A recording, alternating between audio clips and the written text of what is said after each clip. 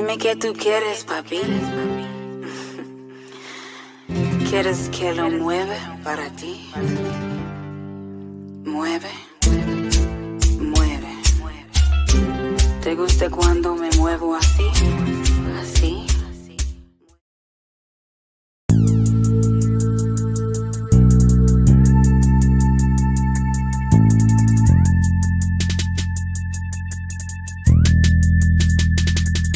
Thank you, God, for this day we have lived, everything in our life, our health, our family, the guidance you have given us, allow us guidance to the path of righteousness. Amen. Really, I'ma get that bitch. Revenge is a dish best served cold. She took my son, now my soul is cold. He took my daddy, now my soul is old.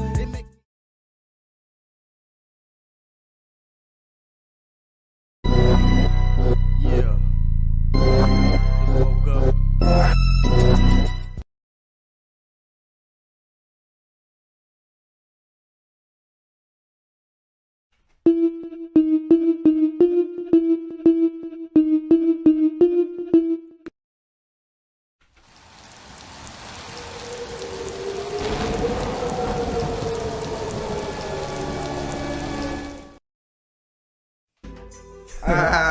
Yeah, man. That's hot shit right there, man. So what we gonna do? We gonna dub? King Chaka ENT. Y'all can check out the music on Spotify, Apple, and other services.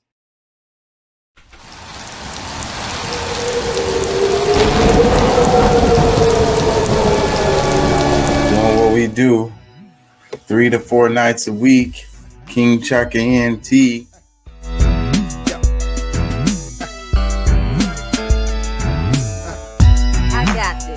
From the she starts seat. shooting.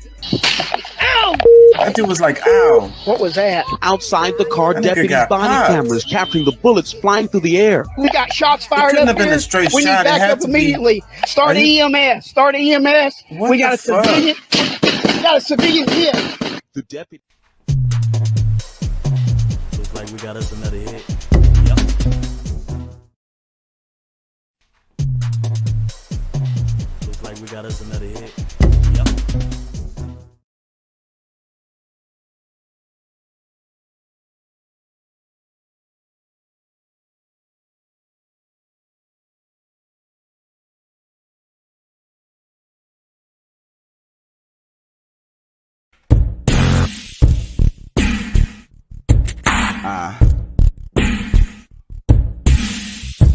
Yes, I am drinking. Recording this shit. Yeah.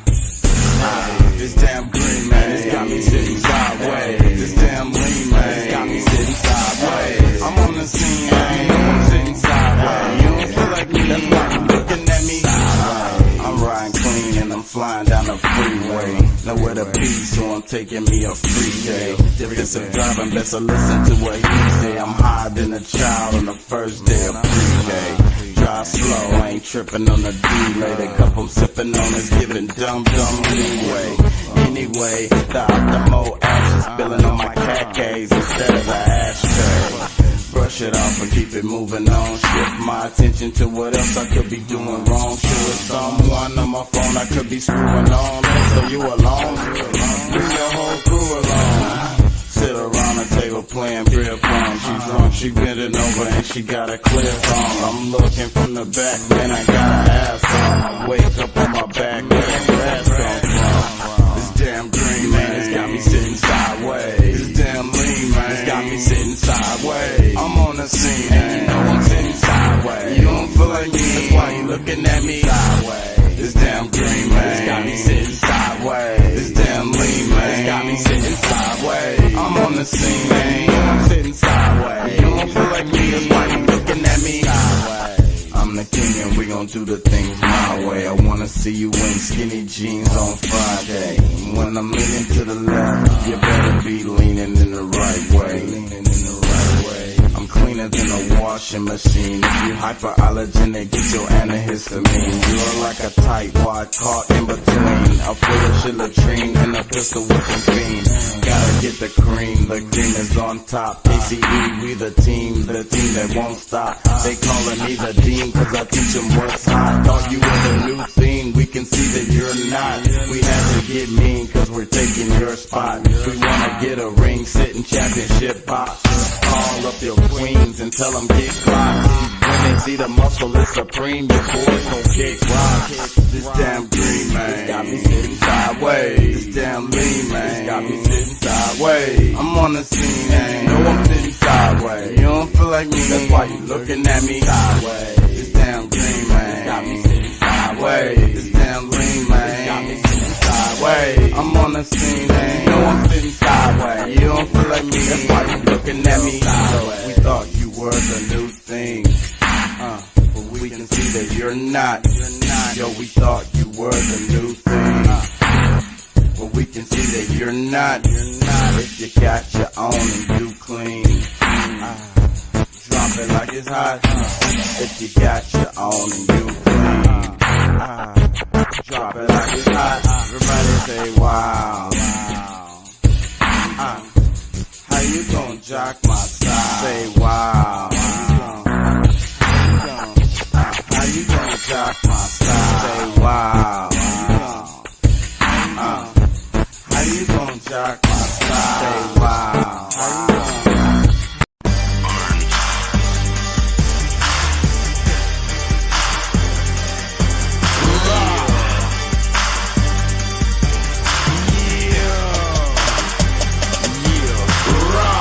Strap your boots on, we finna march, we finna march, it's time to march.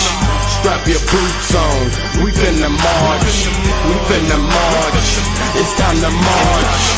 It's better to gun, never to run, so here we come, to sever the lung. Meticulous to the letter, ridiculous think you ever get with this lyricist. I really think I'll be feeling this shit forever.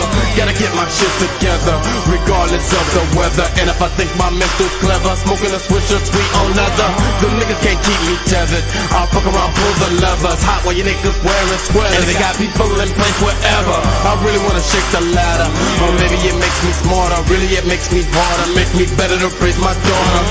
You people gon' check the order. How many wanna be a martyr? How many is getting larger? Any respect the father. Strap your boots on, we finna march, we finna march. It's time to march. Strap your boots on, we finna march, we finna march. It's time to march. Live slide, situation, faces and names. Live slide, catching cases, chasing them games. Why you gotta kill for 15 seconds of fame? And why I keep it real but still expecting to change? Why do I feel like redirecting my pain? Smiling while I'm saying to myself I'm insane. Hating for your health, you can't help but be lame. Obsessed with the wealth and it's melting your brain. I done heard them discussions about cases and planes, and I done seen repercussions. I ain't touching the game. Treat the pictures you like, we just making the frame. You can have a light, but we taking the flame. Strap your boots on, we finna march, we finna march. It's time to march.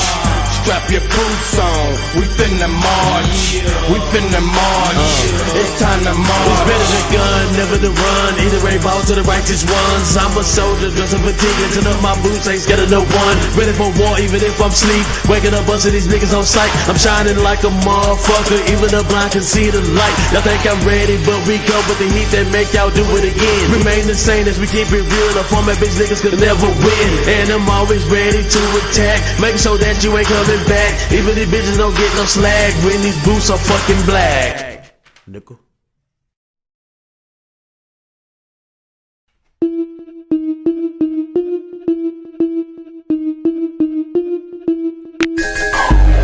This chick remind me my drink.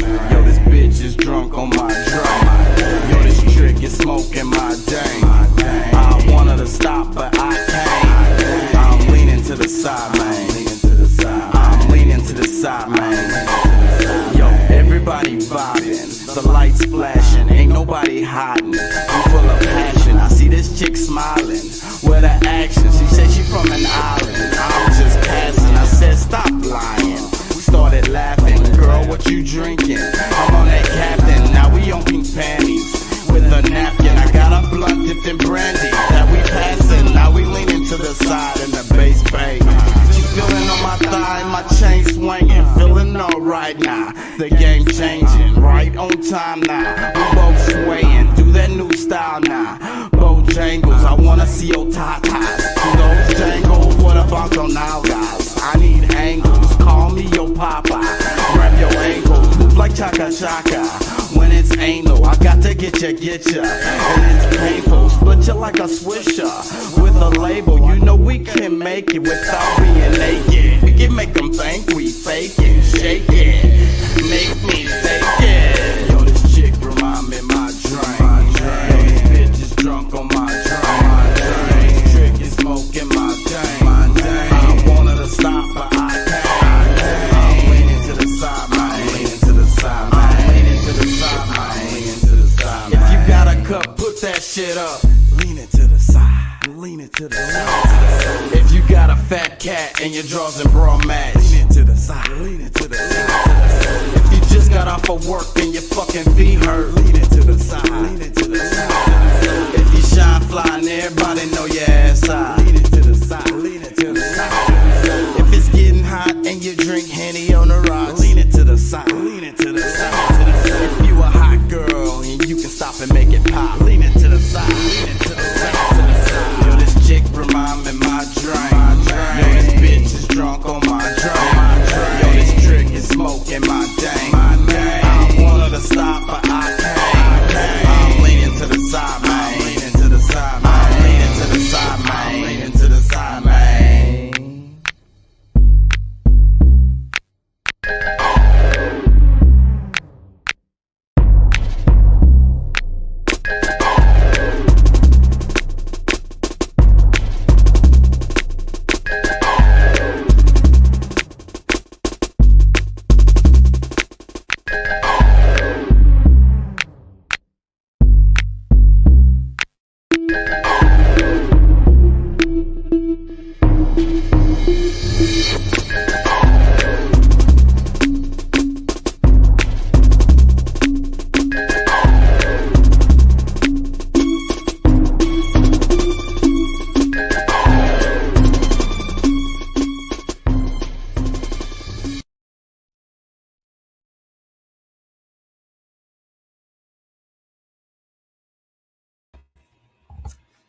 Hey, how y'all doing out there? How y'all feel? Remember, we want you to be an activist, and don't take our word for it. Look that mess up. Thank you, God, for this day we have lived. Everything in our life, our health, our family, the guidance you have given us, allow us guidance to the path of righteousness. Amen. Amen, amen, amen, amen. How y'all feel out there? How y'all feeling? What's good with you? We're back again. Let's go. I got a few things I want to cover, but I'm gonna wait. The name of the show is Land of Hungry Ghosts. I'm gonna come back to that. This is a post on Instagram. It says, we are the only group of people who are gaslit and forced to defend while we date our own. When they talk about preferring brunettes or blondes, they're not talking about a wig. My preference is not a topic for debate. It says, I'm sorry, John Boyega, but if a white celebrity turned around and said he only dates white girls, he'd be called racist, but it's okay for black celebrities to say he only dates black people. John Boyega opens up on love life. I'm very disciplined in the type of women I speak to, and I only date black. John Boyega keeps his love life out of the spotlight. Oh, that's the guy from Star Wars, right? I ain't gonna lie, I don't really know who he is, but I think that's the guy from Star Wars. Maybe they think that because of the movie and his co-star was a white chick, and it seems like it was a romantic thing going on in the movie. I don't know. This one says, I want to know who raised some of y'all, because I grew up in a broken home and still don't act like that. The caption says, "It be you niggas that had mommy and daddy acting like your life is just the hardest. Sorry your parents fucking other people now. A lot of motherfuckers never even got to see their parents' relationship deteriorate. At least you got 2 families to visit now. Stop acting like a clump." I ain't gonna lie, ungrateful ass. This one says, "I'm unable to log into my Apple account for the time being, so contacts are synced." What? Where are the Haitian icons living abroad? Where are the slogans such as Jesus Haiti, Black Life Matters? Where are the artists singing We Are the World? We need help fast from our brothers and sisters abroad. Otherwise, it's all over for Haiti. So this is Haitian Times. I covered a little bit of that yesterday. It says, as Haiti continues to descend into utter chaos,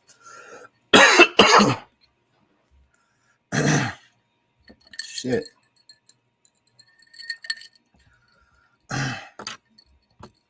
As Haiti continues to descend into utter chaos,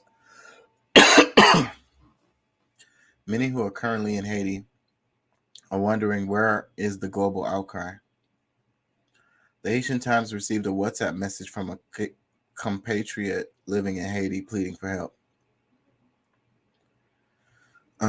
Comments. It says, actually, a lot of Haitian icons own houses in Haiti. LOL. What do you want Haitian artists to do? Hold our government accountable and stop playing?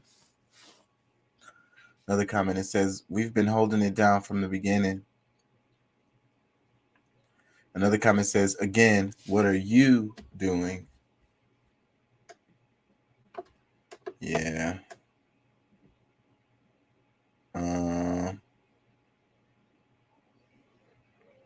I don't know. I think they're just trying to draw attention to it. Like, it's like we're, like I said in the other show, you know, sending money to Ukraine, cry for Ukraine.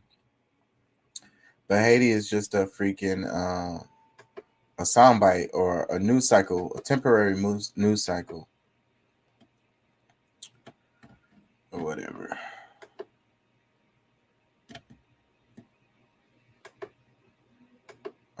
Do I have something in here? I have this goat. That shit was scary.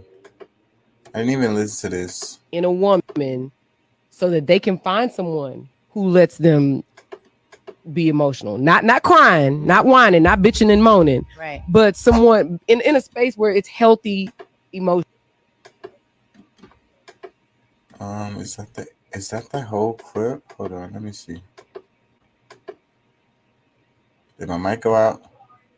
To look for in a woman so that they can find someone who lets them be emotional. Not crying, not whining, not bitching and moaning. Right. But someone in a space where it's healthy emotion. The women that are just interested in the bigger picture, those are the women that are they're trying to find something to be there for the long run in. You get what I'm saying? Not so just like, the dinner. Yeah, not just the dinner. Not, oh yeah, let's take shots.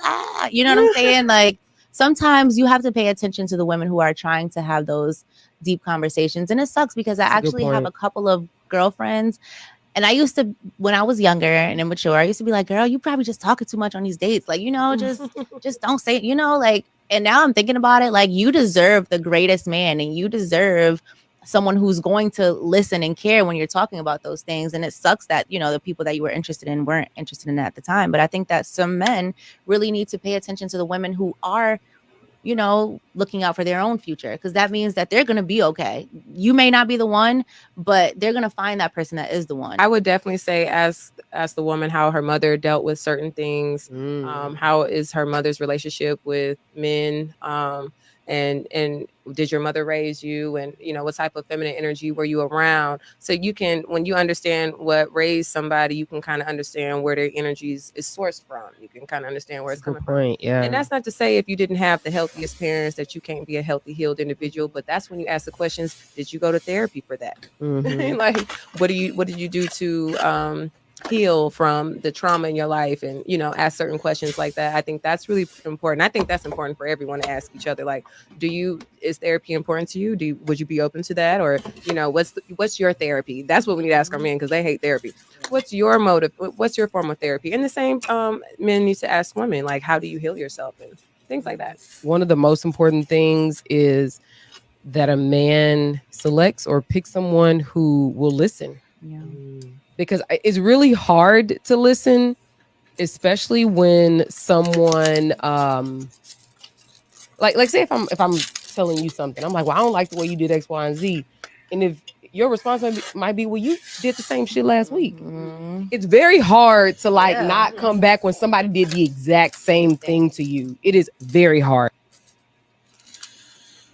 I don't know. Did they make some good points? I don't know. Were they babbling? I don't know.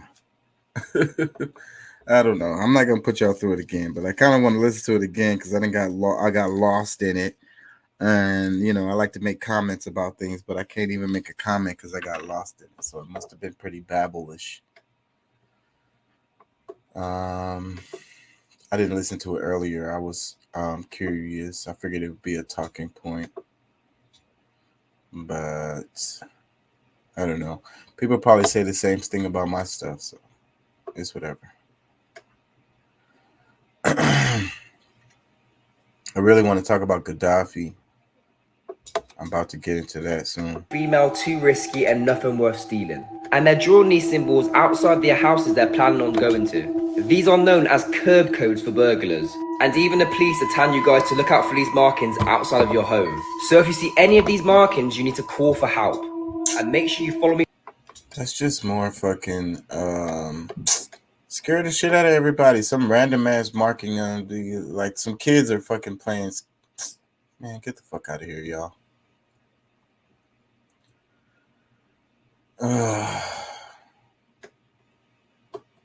Everything is that. Everything is that. Everything is just to get y'all sensationalized, scared, emotional. And then that way you don't really pay attention to what really matters, what's really going on. This says a Palestinian farmer was planting a new olive tree when his shovel hit a hard object.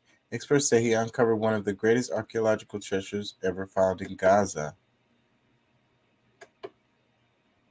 Looks pretty cool. Probably be worth some money. Shouldn't the Gaza Strip get some money out of that? I bet Israel's gonna benefit from that some kind of way.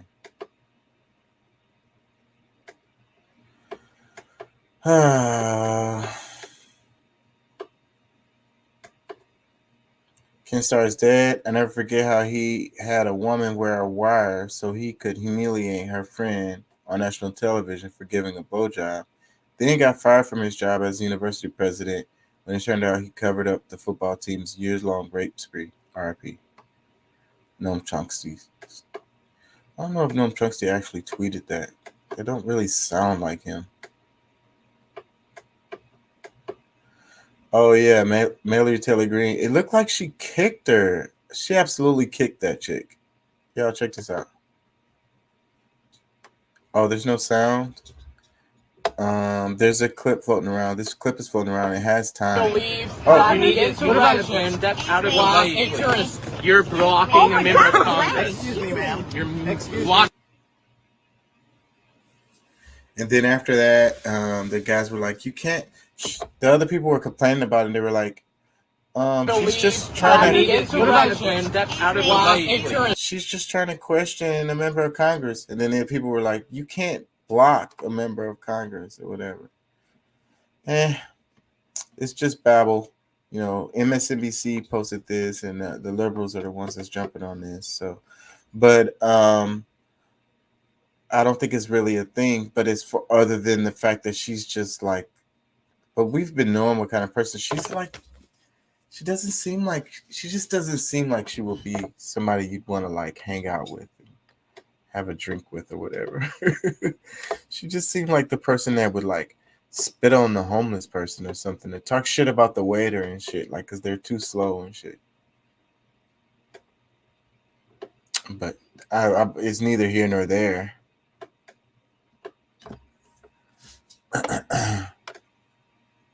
They're making it political. It's just another thing. Maybe they're, again, to get you all emotional and sensationalized so that you're not paying attention to what the hell you really need to be paying attention to, or upset about what you really should be upset about. you're all this fake outrage, this damn outrage ass political scene that we live in now is so sensitive. Everybody is snowflakes. I remember when the what was it? The right was calling the liberals snowflakes. It's like, man, everybody is snowflakes now. Like everybody saw. Look at the Little Mermaid.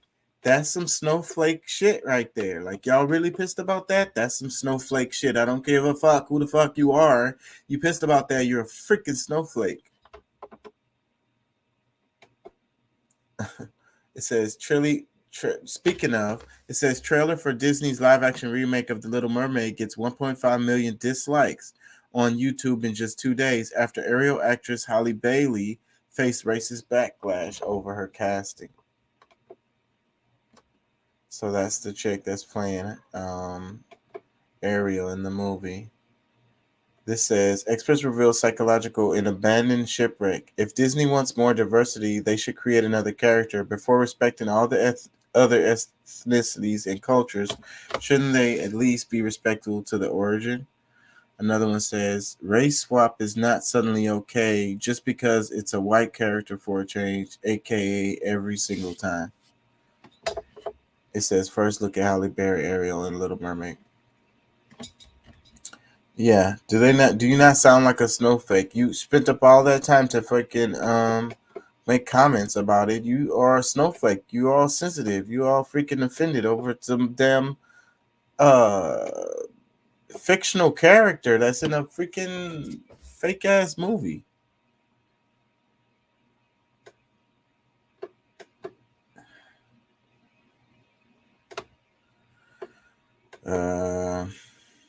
This one says, volunteers unload dinner for 48 migrants flown here from Texas courtesy of Florida. They're spending another night in the vineyard. Maybe all those people with Christian in their Twitter bio should take note. Yeah, this is interesting too, but then they're making all of this political. But let me see. I have something on this since it popped up. Freaking so I don't know if y'all heard, but Ron DeSantis sent some immigrants, and Abbott has been doing it too. And what's crazy about that is the amount of money that it costs for them to do that. They'd rather freaking spend a bunch of money on this political stunt than actually spend some money to help somebody. What are you looking at? Well, this week, migrants were dropped off at the D.C. residence of Vice President Kamala Harris in buses that were sent by Texas Governor Greg Abbott, and in Martha's Vineyard on planes that were funded, paid for, organized, funded by Florida Republican Governor Ron DeSantis. There is no question that migrants bussed and flown to the East Coast in recent weeks by Republican governors are being used as political pawns. The argument is that lenient immigration policies overwhelm border states, so the people who push those lenient immigration policies should experience and share in the difficulties after years and years of ignoring them.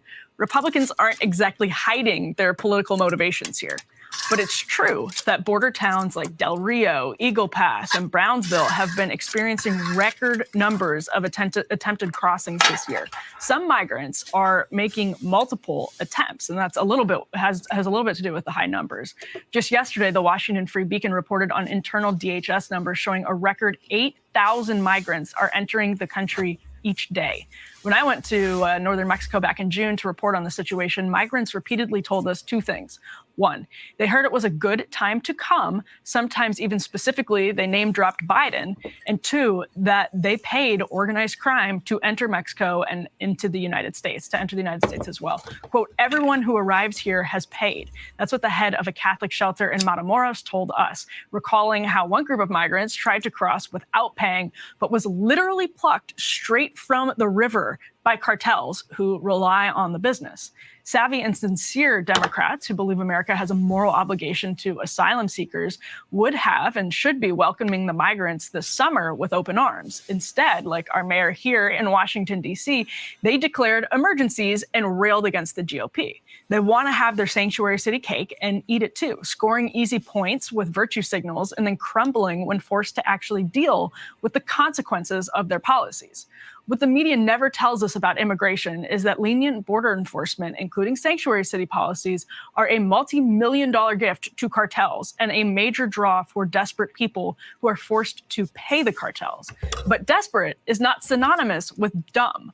Yesterday, White House Press Secretary Karine Jean-Pierre claimed without evidence that migrants sent to Martha's Vineyard by Florida Governor Ron DeSantis yesterday were, quote, misled. She said the stunt was, quote, cruel. Mayor Bowser and Mayor Adams in New York made similar claims throughout the summer as migrants from Texas and Arizona were bused to their cities. Jessica Valenti tweeted yesterday that DeSantis had cruelly tricked vulnerable people into making the trip to Massachusetts. The problem with all of these claims, of course, is what migrants themselves have to say. For weeks, interviewers have found the migrants eager to make these trips. No me obligaron en nada en absoluto. Me prestaron la ayuda, la colaboración para yo llegar hasta aquí, hasta Washington. Me llevaron a un refugio, el cual me trataron muy bien y me ofrecieron el pasaje de aquí para Nueva York. Las mayores de Washington y Nueva York dice el autobús no voluntario. O sea, que no es voluntario. No, o sea, ellos nos lo ofrecen. Nos lo ofrecen gratis. A lo que para no ayudarnos. tenemos gratis. Porque hay personas que cruzan y sí tienen dinero y pagan el vuelo. Pero entonces el autobús es voluntario. Si ustedes quieren, ellos lo que hacen es que nos adelantan hasta aquí, hasta Washington. Y de aquí uno busca las organizaciones que ayudan a uno para poder llegar a su destino. Porque por lo menos nosotros nos regalaron ahí en esa fundación, nos regalaron los pasajes. ¿Les avisaron si el autobús va a Washington? El autobús sí. Sí. ¿De dónde eres? De República Dominicana. Muy bien. ¿A dónde vas? A Nueva York. ¿Por qué? Vamos a un refugio que ahí nos dan vivienda, nos van a conseguir vivienda para vivir. En Yuma, Arizona, algodones. Algodones, sí, por algodones. Now, CNN heard similar sentiments, as did Fox throughout the summer, News Nation as well, and even other outlets. They get safe, free trips, these migrants do, to cities they otherwise would have had to raise. Wait. That last one was from Dominican Republic. And they're talking about the southern border cities. I'm a bit confused, but I guess maybe they do come in through that way, but that doesn't really make sense to me. And then the DR, the Dominican Republic, is not a country that they be talking about all the time. When they be talking about migrants, they be talking about Guatemala, El Salvador, south of Mexico places. Raise money to get to, but they're trying to go to those cities anyway. So with only a day of reporting to go off of, the Martha's Vineyard stunt seems a bit different so far. I said earlier that Karine Jean-Pierre said without evidence that they were misled. The evidence is hard to say exactly what the migrants were told when getting on the plane. So it's possible that the White House is correct that people were, quote, misled, and it's possible Valenti will be proven correct that people were, quote, tricked. NPR is reporting some migrants were told they were going to Boston. Some said New York. Although one migrant also specifically told a local paper that they, quote, wanted to come to the island and are seeking employment. So it is very unclear right now, and the evidence is certainly unclear. But Democrats have said all summer that migrants were being tricked, and that has turned out not to be the case. If anything, it speaks to one of the very flawed premises of liberal immigration policy, which is that migrants lack agency. They are not helpless. They're extremely savvy and they know exactly what they're doing. They're smart. They watch the news and they want to be in the United States so badly that they knowingly take perilous trips through Central America and Mexico with the possibility they'll be crammed into shelters, sleeping in the streets, kidnapped by cartels, and struggling to pay lawyers. They know they'll almost certainly get in eventually, but they accept the risks. That's how badly they want to be here. Once they cross. I got a couple problems with her argument. One of them is back to the DR, the Dominican, damn it, I can't talk. The DR, that person is not coming through Central America. Like, why would they go? That's in the Caribbean. Why would they go all the way down to come back up to the United States? Like, all the way through fucking all those countries? That absolutely makes no freaking sense at all. She said something else. What did she say? About them having agency. Yes, they don't have agency. And then especially if these people are lying to them, half these people, they barely speak Spanish. Like the person that was speaking to them broken Spanish. They was having a hard time understanding her. And then it's like, they lie to them and confuse them. And there's a language barrier. They seek asylum even if they don't have a legitimate claim, which is very often the case for people fleeing for economic reasons. But they go to sanctuary cities and then disappear into the shadows. Without the sanctuary city movement, cartels would undoubtedly have much less money. Fewer migrants would die en route to the United States, and small rural border towns would be less overwhelmed. Well, if you decriminalize the border, then the cartel wouldn't be making shit off of the people moving from the one side to the other. This is the overlooked tragedy of lenient border policies. There's, of course, an alternative, which is to simply let anyone come in, but cartels would still run Mexico and still force people to pay just to get to our border. That's not true. They're going to force them to pay if it's already, the reason why people have to pay is because it's treacherous at the border. And these people know things. They have the coyotes or whatever. They know ways to get over. They can help the people get over. That's the point. So if it wasn't so much of a struggle, like literally life or death struggle, perilous struggle, then they wouldn't need the help of the cartels to get over. They would just walk or whatever the hell they would do. You know what I'm saying? No, that's the flip side. That's twisted. That is not true. Plus, the national security ramifications would obviously be a huge problem. Or we could listen to what one pastor running a shelter in Matamoros told us in June. This is what he begs U.S. officials to do. Put out information on social media in, quote, plain Spanish, explaining what American asylum policy is. Tell people they will not get across, then enforce it. We need to reform our asylum policy as well. These are all practical ways to mitigate the immense human suffering at our border, but they don't fall neatly into the category of open borders or totally closed ones, so the political class doesn't talk about them at all. I rarely meet Americans who love America as much as many of the people trying to get into the country at our border.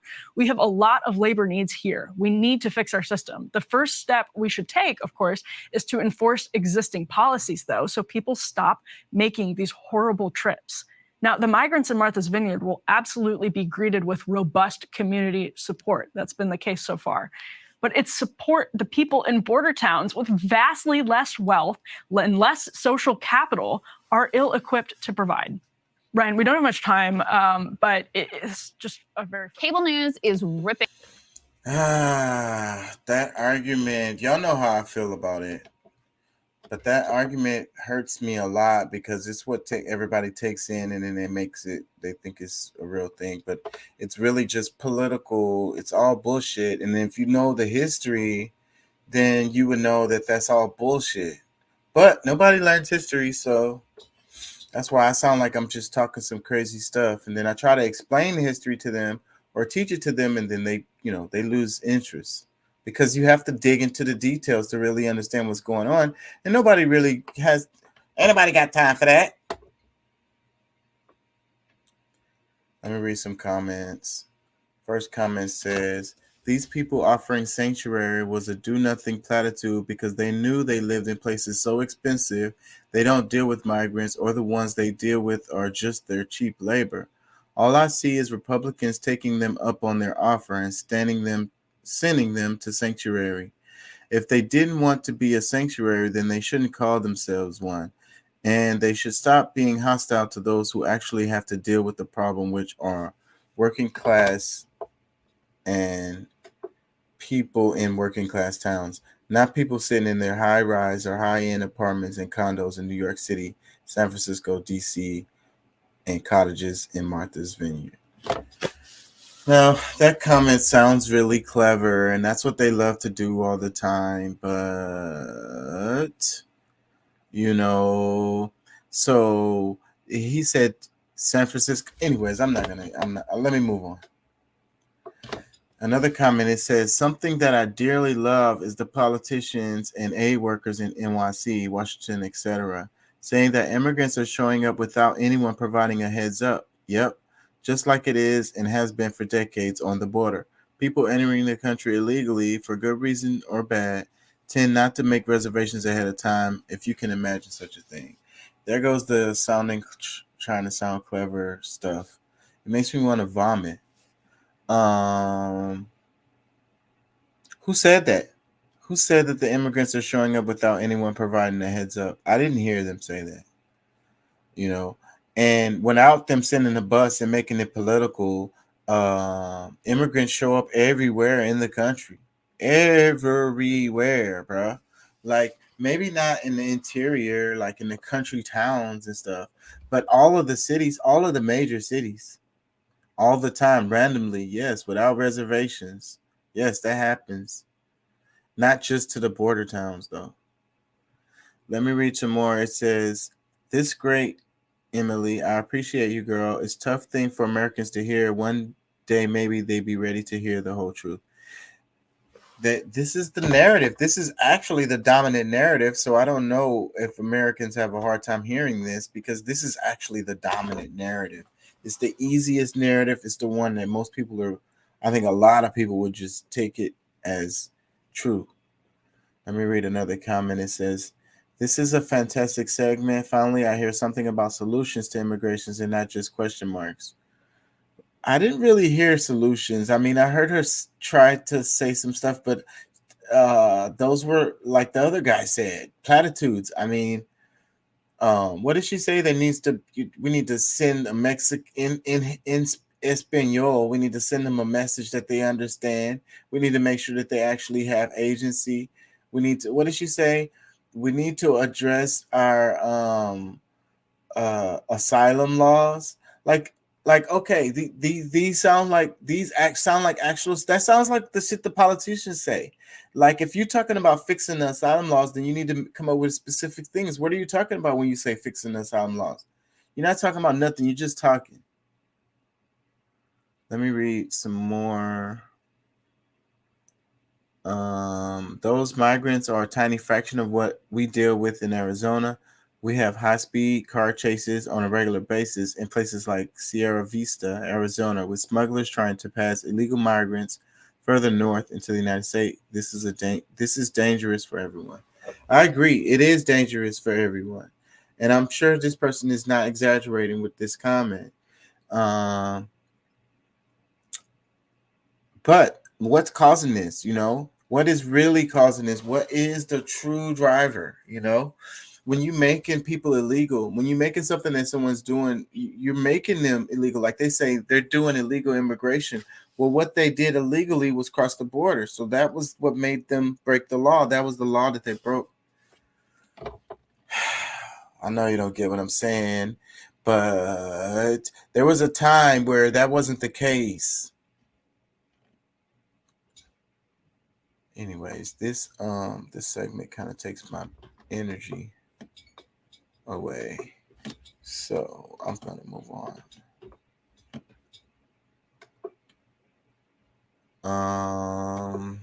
Where the hell is everybody?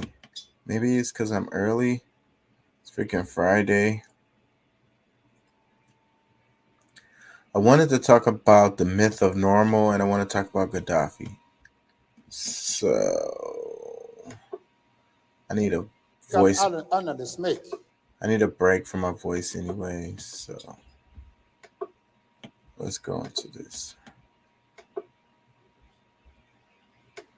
One of the mistakes which some political analysts make is to think that their enemies should be our enemies. Could you just take a moment to imagine what would have happened if Nelson Mandela was president of South Africa when NATO forces invaded Libya and deposed Muammar Gaddafi? Would South Africa have intervened? A grandson of Nelson Mandela is named Gaddafi, a sign of how popular the late Libyan leader once was in South Africa and many other African countries. Gaddafi's 42-year regime in Libya saw him go from revolutionary hero to international outcast, to valued strategic partner, and back to outcast again. Despite being seen as a Pan-African who sought African unity, Gaddafi was also accused of backing notorious rebel groups in Liberia and Sierra Leone, among others. As much as he was despised by the West, particularly France, Italy, Britain, and America, He made a lot of enemies and was also viewed as a threat to some African regimes, and it's possible that this explains why organs of the continent, such as the African Union, looked on silently without a whimper of protest in 2011, when Western armies were pummeling Libya with bombs. Either way, I believe an unmistakable sense of trauma marks African countries' action or inaction to the fall of Gaddafi. In this video, we're going to look at the real reason why Africa stayed silent when Gaddafi was removed from power. Welcome to Reason Africa. It was no surprise when Ugandan President Yoweri Museveni won elections, took the oath of office and was sworn into a sixth term in office, much like he had done 5 times before. What raised eyebrows across the world was the content of his acceptance speech, where he said that Africa should have taken steps to stop the NATO military intervention in Libya in 2011. According to the president, Africa's diplomatic attempts in the intervention were not enough, and that a military intervention should have been pursued to save Libya, which was thrown into a decade of civil war after the fall of Gaddafi. Even though Museveni regrets Africa's silence on Gaddafi's ouster, I believe a military response was out of the question. However, it got me thinking, why haven't we seen much involvement from Africa? The conflict is seen from a European, Persian Gulf, and increasingly a Russian and Turkish vantage point, ignoring the basic fact that Libya is an African country. To very quickly give you some context, in February 2011, Libyans held nationwide demonstrations against the regime of Muammar Gaddafi. The demonstrations then turned into armed conflict between Gaddafi's forces and Western-backed rebels. A month later, in March, NATO forces intervened in the civil war with promises to liberate the country. The operation helped overthrow Gaddafi, but also left the country deeply unstable. Over the past 10 years, Libyans have been affected by political and economic collapse, inter-militia and inter-tribal warfare, as well as humanitarian crises, which fueled the refugee crisis in Europe and allowed the Islamic State to establish a Libyan haven that the United States is now trying to contain. Today, Libya has seen positive developments and is in a relative state of peace. A planned presidential election aimed to provide the country with legal and legitimate leadership was announced many times and then postponed until the end of the year. So far, a total of 98 candidates have registered to vie for the top seat, but there are disagreements about election rules. Some Libyans are fearing that the disputes about the current election process could trigger a similar crisis to that surrounding the 2014 failed election, when Libya split between warring Western and Eastern factions, with parallel administrations in Tripoli and Benghazi. Whether the elections take place as scheduled or is postponed, it remains crucial for Libya's future and constitutes a major geopolitical stake in the eyes of international powers. So, were Libya's prospects always like this? Well, before 2011, Libya had achieved economic independence with its own water, its own food, its own oil, its own money, and its own state-owned bank. It had arisen under Gaddafi from one of the poorest countries to one of the richest in Africa. Gaddafi wanted to structure and model his rule on Egypt's pan-Arab leader Gamal Abdel Nasser. He even adopted the same military rank, promoting himself from captain to colonel when he took over. He first set out to tackling the unfair economic legacy of foreign domination by colonialists. For Egypt's Nasser, it was the Suez Canal. For Gaddafi, it was oil. Libya has Africa's largest oil reserves and also has natural gas, creating huge foreign interest in the mostly desert nation along the Mediterranean Sea. Significant reserves were discovered in the late 1950s, but the extraction was controlled by foreign petroleum companies, and the country was only getting a tiny percentage of the revenues. He memorably challenged foreign oil executives by telling them, people who have lived without oil for 5,000 years can live without it again for a few years in order to attain their legitimate rights. His tough stance paid off, and Libya became the first developing country to secure a majority share of the revenues from its own oil production. Other nations soon followed this precedent, which led to the 1970s Arab petrol boom. With production levels matching the Gulf states, and with one of the smallest populations in Africa, less than 3 million at the time, the black gold made Libya wealthy quickly. By the early 2000s, education and medical treatment were free for all Libyans. Having a home was considered a human right, and Libyans participated in an original system of local democracy. The country boasted the world's largest irrigation scheme, the Great Man-Made River Project, which brought water from the desert to the cities and coastal areas, and Gaddafi was embarking on a program to spread this model throughout Africa. Unchecked by any of the normal restraints of democratic governance, Gaddafi was only accountable to himself and was able to take his anti-imperialist campaign around the world, funding and supporting militant groups and resistance movements. This set him on a collision course with many African governments and became the turning point of many African presidents, even those that had supported him before. I think a lot of those other governments were puppets to the European powers, and that's the reason why that they didn't back him. Despite claims of his popularity in Africa, Gaddafi started being viewed with widespread suspicion. You see, nobody wanted to befriend someone who routinely supported the overthrow of governments.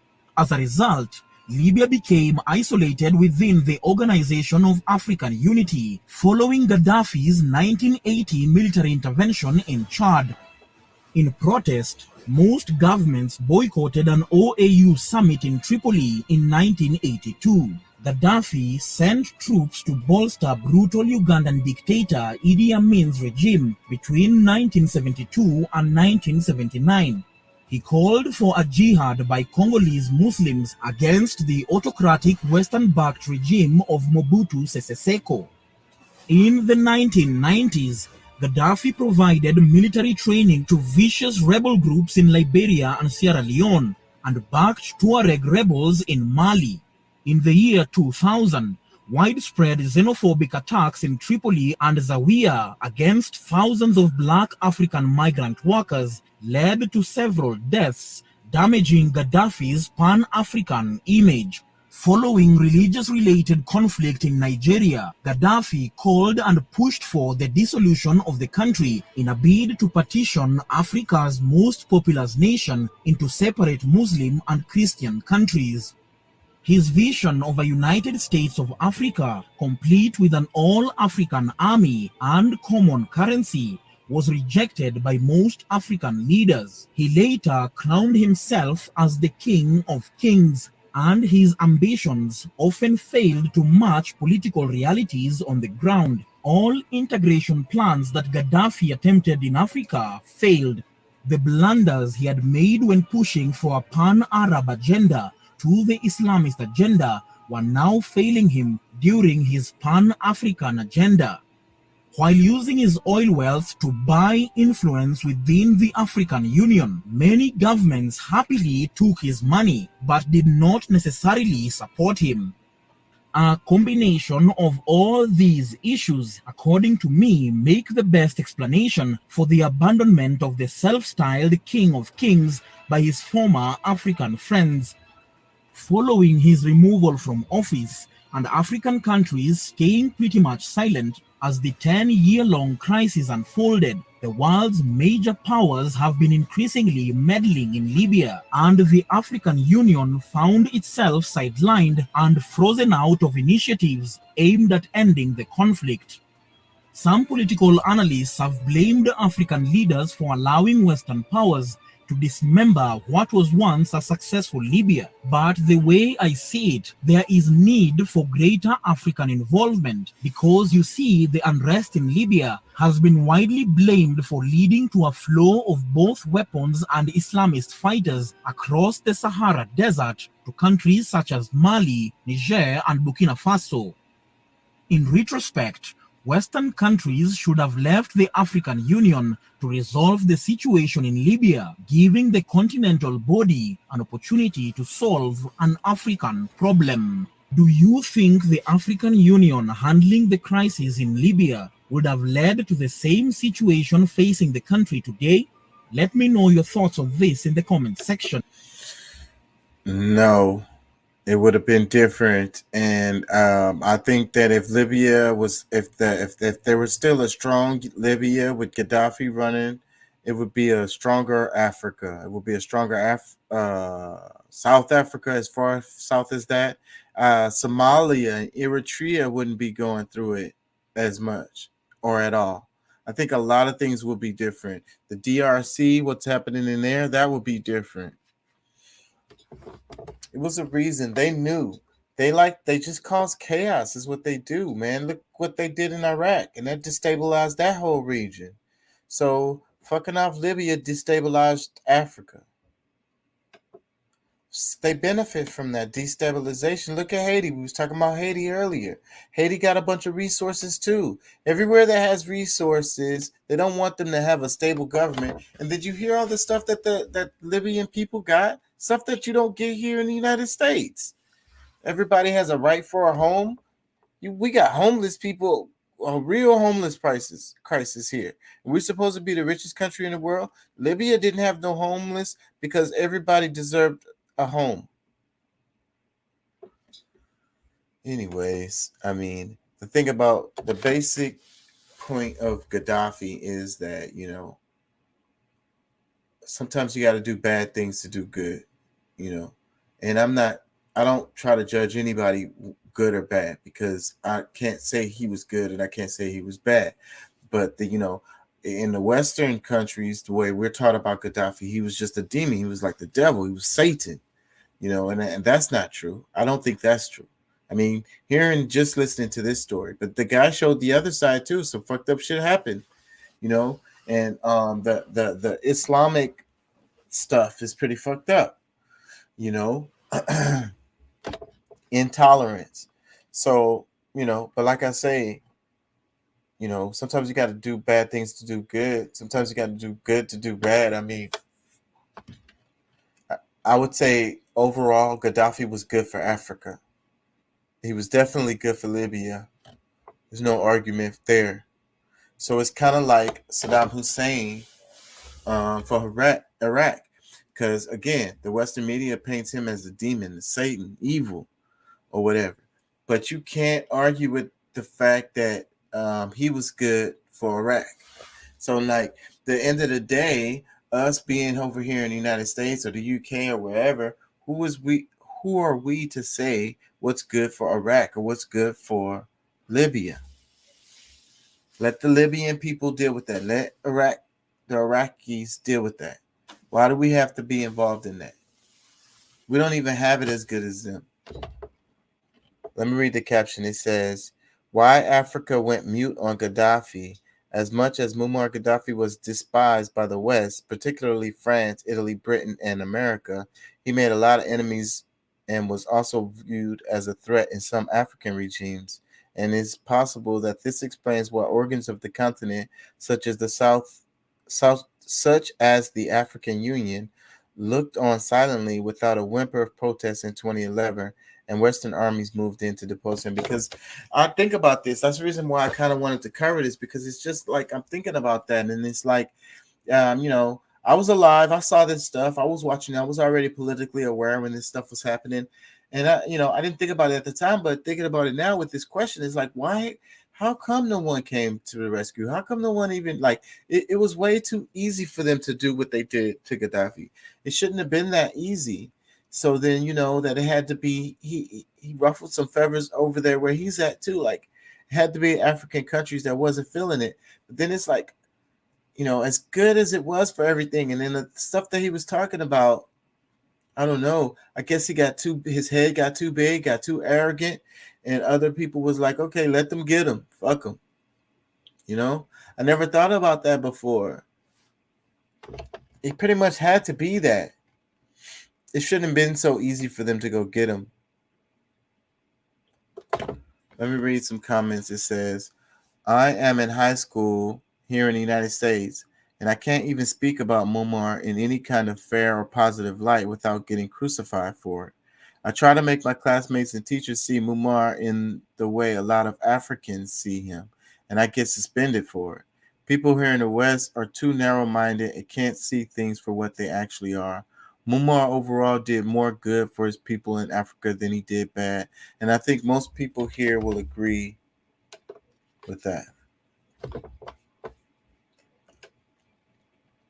Another comment. As a student of basic financial education, now I understand why he was killed. It wasn't because of their nuclear capability. It was because he wanted to create a sound monetary system backed by gold. Ladies and gentlemen, do you understand the economic boom and prosperity that would have brought to the people of the continent of Africa? It would have turned it into a real-life Wakanda. However, worldwide, it would have caused a massive economic and financial collapse because it would have destroyed the dollar and other fiat currencies. And not only that, all of these resources that are getting extracted out of Africa left and right by these private corporations, yes, they would have crashed too. And it's like these countries saying, oh, wait, these are our resources. We want this to benefit our people. Like, isn't that fair? Like, the corporations are like, no, hell no, hell no. This is private shit. We got private investors, private everything, and private fucking profits. Y'all not involved in none of that. But wait, we live over here. We've been here forever. Like, the stuff y'all taking is from right up under our feet. Like, this is where we live. This is our home and stuff. Like, nah. Y'all not organized enough for that. Y'all have corrupt governments, and y'all have chaos and gangs and shit. So it's much better if you let us deal with this. You know, we'll chuck you some change and we'll give you some jobs and stuff. Like, we'll give you some opportunities for some World Bank loans, like the IMF. The IMF will hook y'all up. You know, the Red Cross will hook y'all up. We got y'all. Don't worry about it. We're gonna put some resorts. We're gonna build some hotels and some streets and shit. And you know what I'm saying? Y'all gonna benefit from that too. So y'all really should be happy about that. But now, wait, y'all making like billions of dollars like a day off of this shit. Like, y'all chucking us like less than 1% of that back in the infrastructure and stuff like that. Yeah. Just look at this chart right here. This chart right here explains it all. It's crazy. So like if these countries, if more of the countries in Africa, like the DRC for a specific example, if the DRC was in the position to control its resources and make it benefit their people, then they would be rich literally over fucking night. Like ridiculously rich, even richer than Libya ever was. You know, just out the blue, boom, because they have the resources and they just been extracting this, and the stuff is worth so much. It's worth so much. The DRC should be rich. The people of the DRC should be rich. The DRC is rich, but the people are not. They're poor as hell. They got the little kids digging in the mines, and they struggling just enough to eat for the next day, so they can go back and dig in the mines again for these damn corporations where they're making trillions of dollars. You know? So if the DRC could control their income, you know, control their resources, and then you got Libya controlling their resources, and you got South Africa controlling their resources, you know, Yemen. There's a huge port right there, all of that. You know, these countries would be rich as hell. But that's what they do not want, because that's what people don't understand about colonization, because these other countries, the ones that are colonizing, they're the ones extracting the wealth. And you go back and look at their country, and it's beautiful. They have big buildings and beautiful streets and great plumbing, restaurants and stuff. But they're extracting this wealth, literally extracting these beautiful buildings and streets from these other countries that are underdeveloped. Nobody gets it. Let me read comments. It says, people may disagree with me on this next comment, but I see Gaddafi as a hero for Africa. Before he was framed for lies and other false narratives, Gaddafi was a hero for Africa. Another comment, Gaddafi had more heart than other African leaders. Another comment, Gaddafi understood well the need for Africa to unite. What he did not account for was how badly the West needs Africa to remain fractured. They are willing to do anything to maintain this instability. To unite Africa, we must give the leaders no choice outside of the 6 regions of Africa. This is exactly what I'm saying. He says the West needs Africa to remain fractured. Like, they literally need it. It's their life source. It's what maintains their freaking riches. Let me read another comment. It says, and like other places like Haiti, Central America, parts of South America. Let me read some more. It says, we should have been on Africa, one currency, self-sufficient. Look at us now, choking on loans from Western nations. They're, like I said, the IMF came in, and that's what it is. They all owe the World Bank mad interest. And then they get to tell them exactly how to spend the money. It's crazy. They spend it on infrastructure and stuff like that, as far as streets, but not infrastructure related to water and schools, unless the water is going into a hotel or something. But it really benefits the corporations, so that they can move their products in and out. They can make money more easily. It's better for them. That's the only money that gets spent. Let me read another comment. It says, a great example to the rest of us in Africa, a man who said about actually doing and wanting us all to start doing. The plan was already set, then we abandoned him to our enemies. Farewell, great leader. It's a really sad story. That's why I like to bring up Gaddafi all the time, because Gaddafi's story, it shows everything. Because you talk about the banana wars, Gaddafi is like that, but in Africa instead of Central America. It's like they're making money off of their own resources. Oh, hell no. And then these damn companies were so bold that they started having war with each other over their damn fucking plantations, slave plantations, basically. They didn't call them that, but that's what they were. Let me read another comment. It says, breaks my heart every time I hear about the falling of this great leader. That was God given to Africa, but wasn't embraced. Another comment, I'm ashamed of our South African government who sold out Gaddafi, who put his neck on the line for our fathers, uncles, and oppressed peoples all across the continent. May Allah forgive him for shortcomings and reward him for his efforts, intentions, and sacrifices. Salam to you and your families. Cape Malay, Cape Colored, from Cape Town, South Africa. Long live the legacies and memories of Omar Mukhtar Muammar Gaddafi, Chris Hani, Steve Biko, and countless others who refuse to settle, mislead, sell out, or be silenced. And that's why they get killed. I wonder why this person didn't mention Patrice Lumumba, because his story is similar to Muammar Gaddafi. Muammar Gaddafi did way more than Patrice Lumumba. But Patrice Lumumba was a firecracker, so they seemed like they had to get him out the way right away. Like this dude right here, we need to handle him right now. And I think that's part of the reason why Muammar Gaddafi got to hang out, because he did do some stuff that was questionable. And that's what the powers that be are cool with. As long as you're doing some foul shit, you good. But that dude, Patrice Lumumba, he was like Christ energy, man. So like, no, we got to take care of this right now. Let me read some more comments. It says, Gaddafi was literally the best thing that ever happened in Africa. I pray to God someone like him comes again. The Western world doesn't want to see Africans succeed. I live in Canada, and even teachers taught him to be the enemy of us. Luckily, I did my own research, and it turns out that they couldn't be any further from the truth. Another comment. As a 69-year-old African man from Sierra Leone, I witnessed the atrocities committed by Gaddafi-backed rebels during our 10-year civil war. I personally knew some of the men who went to Libya to be trained. Some are dead, but others are too afraid to return to Sierra Leone because they know we have not forgotten the thousands of civilians who were slaughtered or had their limbs chopped off, including children and even babies.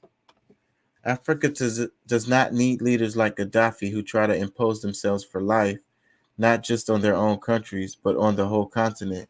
That man died the way he deserved to die, so good riddance.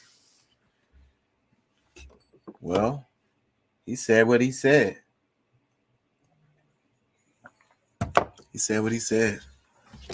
And like I said, I know it's some horrible stuff that Gaddafi had direct involvement in.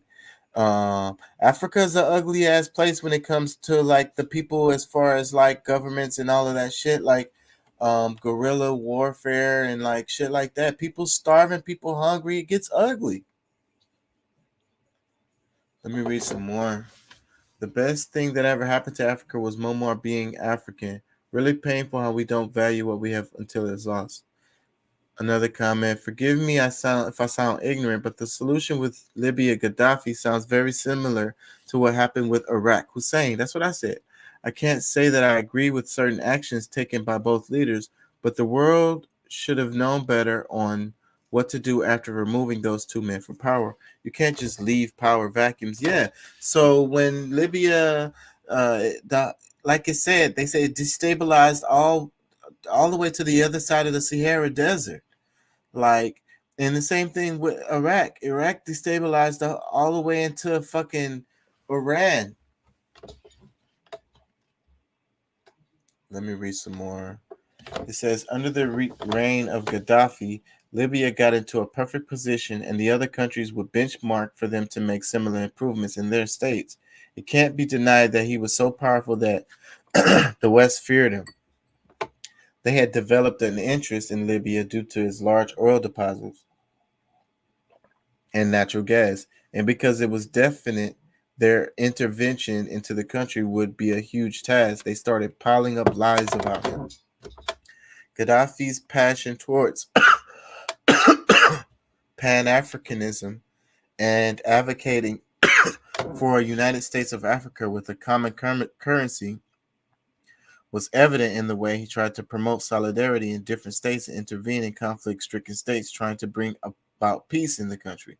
I would say that the African leaders during that period were more inclined to whatever opinions the West had. That's what I said. Selfish and not brave enough to think about the future, but rather the current, and thought that Gaddafi's plans out of the line and failed to support him and intervene with NATO, intervene Libya.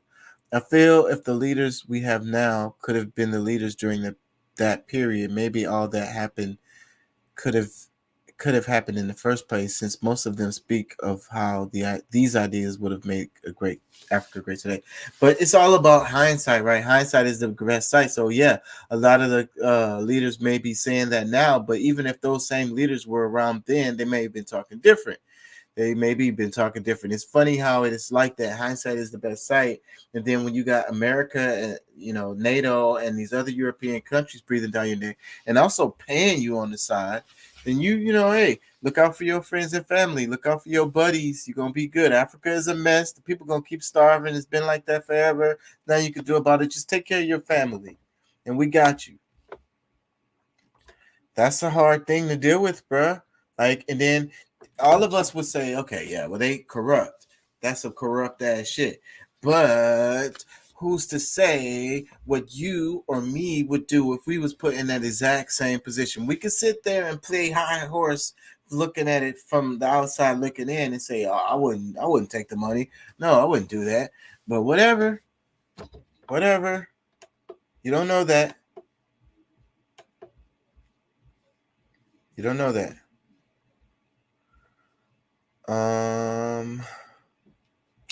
Fuck, I want to go on with this, but I'm running out of breath. I need to rest my voice. That's why it's better when I have somebody here, and it also helps me organize my thoughts and move on to my next topics and shit. Because if I have to keep talking, it makes it harder for me to move on to my next topics. See now. DemocracyNow.org, the War and Peace Report. I'm Amy Goodman. Today, we spend the hour with Dr. Gabor Mate, the acclaimed Canadian physician and author. He's just out with a new book, The Myth of Normal, Trauma, Illness, and Healing in a Toxic Culture. Dr. Mate has worked for decades in Vancouver as a family physician, palliative care director, addiction clinician, and observer of human health. Dr. Mate's work has long focused on the centrality of early childhood experiences to the development of the brain and how those experiences can impact everything from behavioral patterns to physical and mental illness. Over the years, he's written a number of best-selling books, including In the Realm of Hungry Ghosts, Close Encounters with Addiction, When the Body Says No, Exploring the Stress-Disease Connection, and Scattered Minds, The Origins and Healing of Attention Deficit Disorder. In a moment, we'll speak to Dr. Gabor Mate, but first I want to turn to a trailer of a documentary about his work titled The Wisdom of Trauma. Hold on, that trailer is beautiful. But before we get into that, that's where I got the title for the show from, is Land of Hungry Ghosts. It's really a line from a Lupe Fiasco song, and I may be butchering it. And Starve But Never Die is the subtitle to the show. So the title of the show is Land of Hungry Ghosts. The subtitle is Starve But Never Die. So, you know, Land of Hungry Ghosts. So, and then Starve But Never Die. It's like, okay, the idea is, you know, being gluttonous, you know, insatiable, you know. Like I saw a story where it was like, it goes like this. Hell, in hell, they all have big spoons that they're so big that they can't lift them to their mouth so that they can eat them. They're too long, right? So, but in heaven, it says they use those same spoons, but they feed each other with them.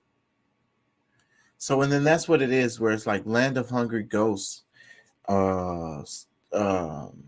starving but never die, because you're starving in another way. You're starving for like life. You're starving for like love. You're starving for actually being alive, even though you have everything that you could want, like in all the pleasures that you can want. There's another part of it. It's like the psychology. It was something I read somewhere, and they were talking about how they would live in the hell of all their pleasures, like all the unlimited pleasures, but it's a hell.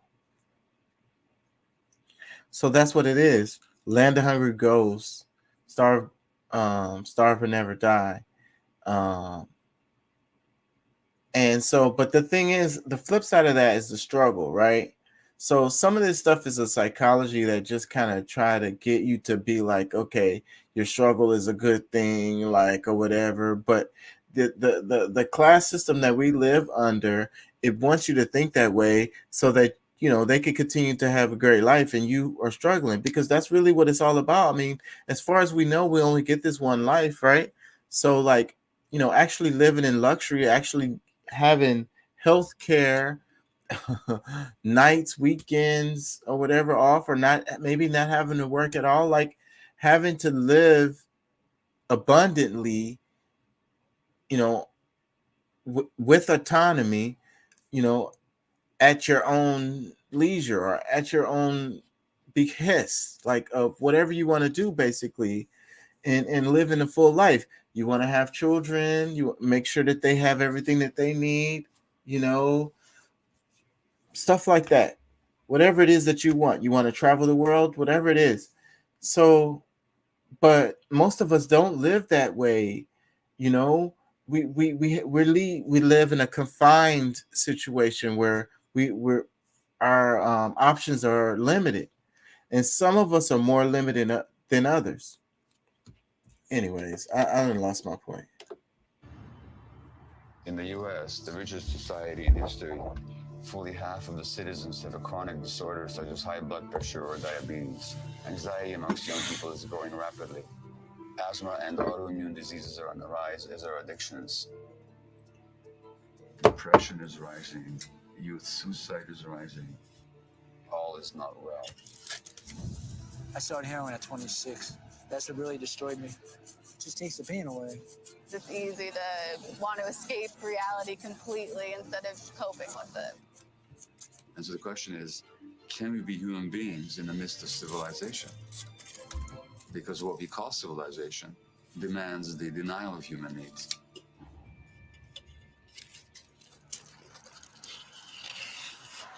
Please welcome Dr. Gabor Mate. Every human being is a true, genuine, authentic self. And the trauma is that disconnection from it, and the healing is the reconnection with it. Why do we get disconnected? Because it's too painful to be ourselves. So you sort of a bit like in The Matrix when Neo sees everything's made out of numbers. You look at people and you see all their trauma and damage. That's what I see. So trauma is not the bad things that happen to you, but what happens inside you as a result of what happens to you. What do you want to tell me? What comes up right now? Shame. Thank you. My father, he would spank us and take a belt to us. Who did you speak to about your pain? Nobody. Yeah, that's the trauma. In other words, by the time you're 5 years old, you're completely alone. People are much more lonely and isolated than they used to be. Literally, it causes inflammation in the body and suppresses the immune system. You've been diagnosed with prostate cancer. Correct. In my view, people that develop cancer have a hard time expressing healthy anger. Hillary Clinton versus Donald Trump, there were two traumatized people fighting to govern a traumatized world. That's exactly what I'm saying. And these are the people that our society rewards with power. Our schools are full of kids with learning difficulties, mental health issues that are trauma-based, but the average teacher never gets a single lecture on trauma. We need trauma-informed medical care, trauma-informed education. If we had a trauma-informed society, we'd have a society that looks much more compassionate.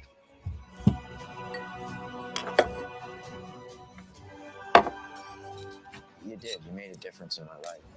Thank you for being patient. I don't feel like I'm a bad person anymore. Hey, how are you? I just want people to see the truth. Solutions arise out of people when they confront themselves with the truth, when they're not afraid of the truth. I think the biggest thing that this whole healing journey has taught me is how to be human. The trailer for the film The Wisdom of Trauma, featuring Dr. Gabor Mate, who is our guest for the hour. He's just written a new book with his son Daniel titled The Myth of Normal, Trauma, Illness, and Healing in a Toxic Culture. Dr. Mate will be appearing tonight in New York City at the 92nd Street Y. On Thursday, Democracy Now!'s Nermeen Sheikh and I spoke to Gabor Mate. I began by asking him about the pandemic and the book title, The Myth of Normal.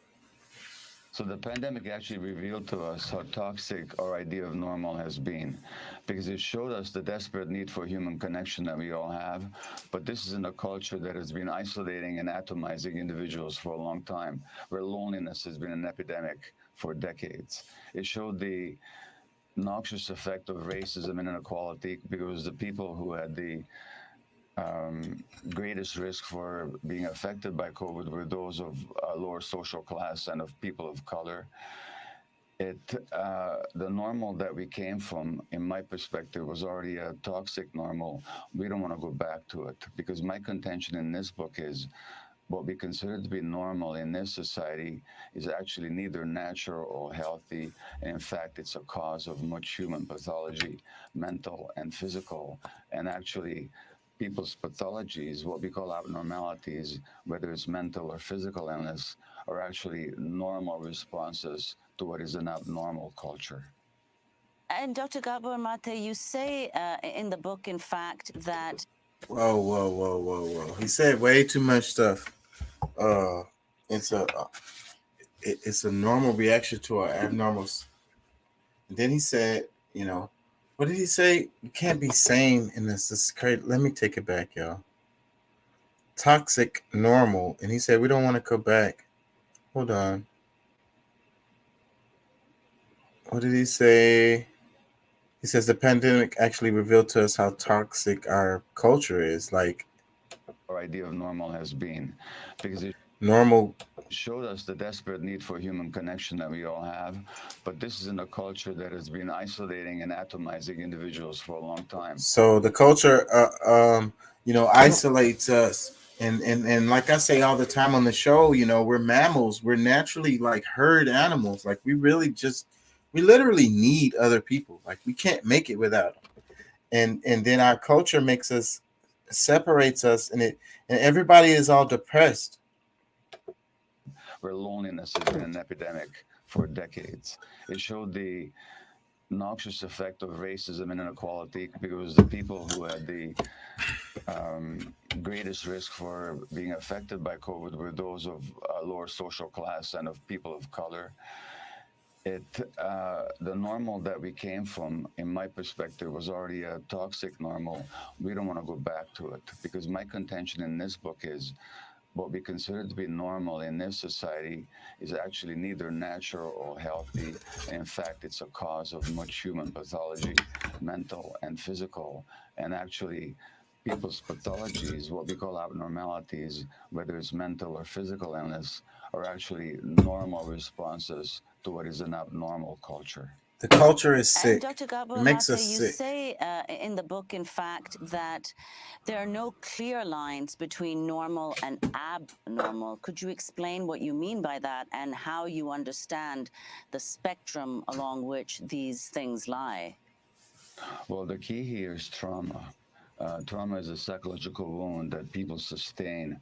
And I'm saying that in this society, most of us, because of the nature of the culture, the way we raise children, the way we have to relate to each other, the very values of a society are traumatizing for a lot of people, so that it's false to say that some people are normal and others are abnormal. In fact, we're all on the spectrum of woundedness, which has great impact on how we relate to each other and on our health. And Dr. Mate, explain how you understand it, as you say in the book, that the term trauma has Greek origins, but that it's come to mean something quite different. I mean, in the Greek origin, it referred to a physical injury or a physical wound.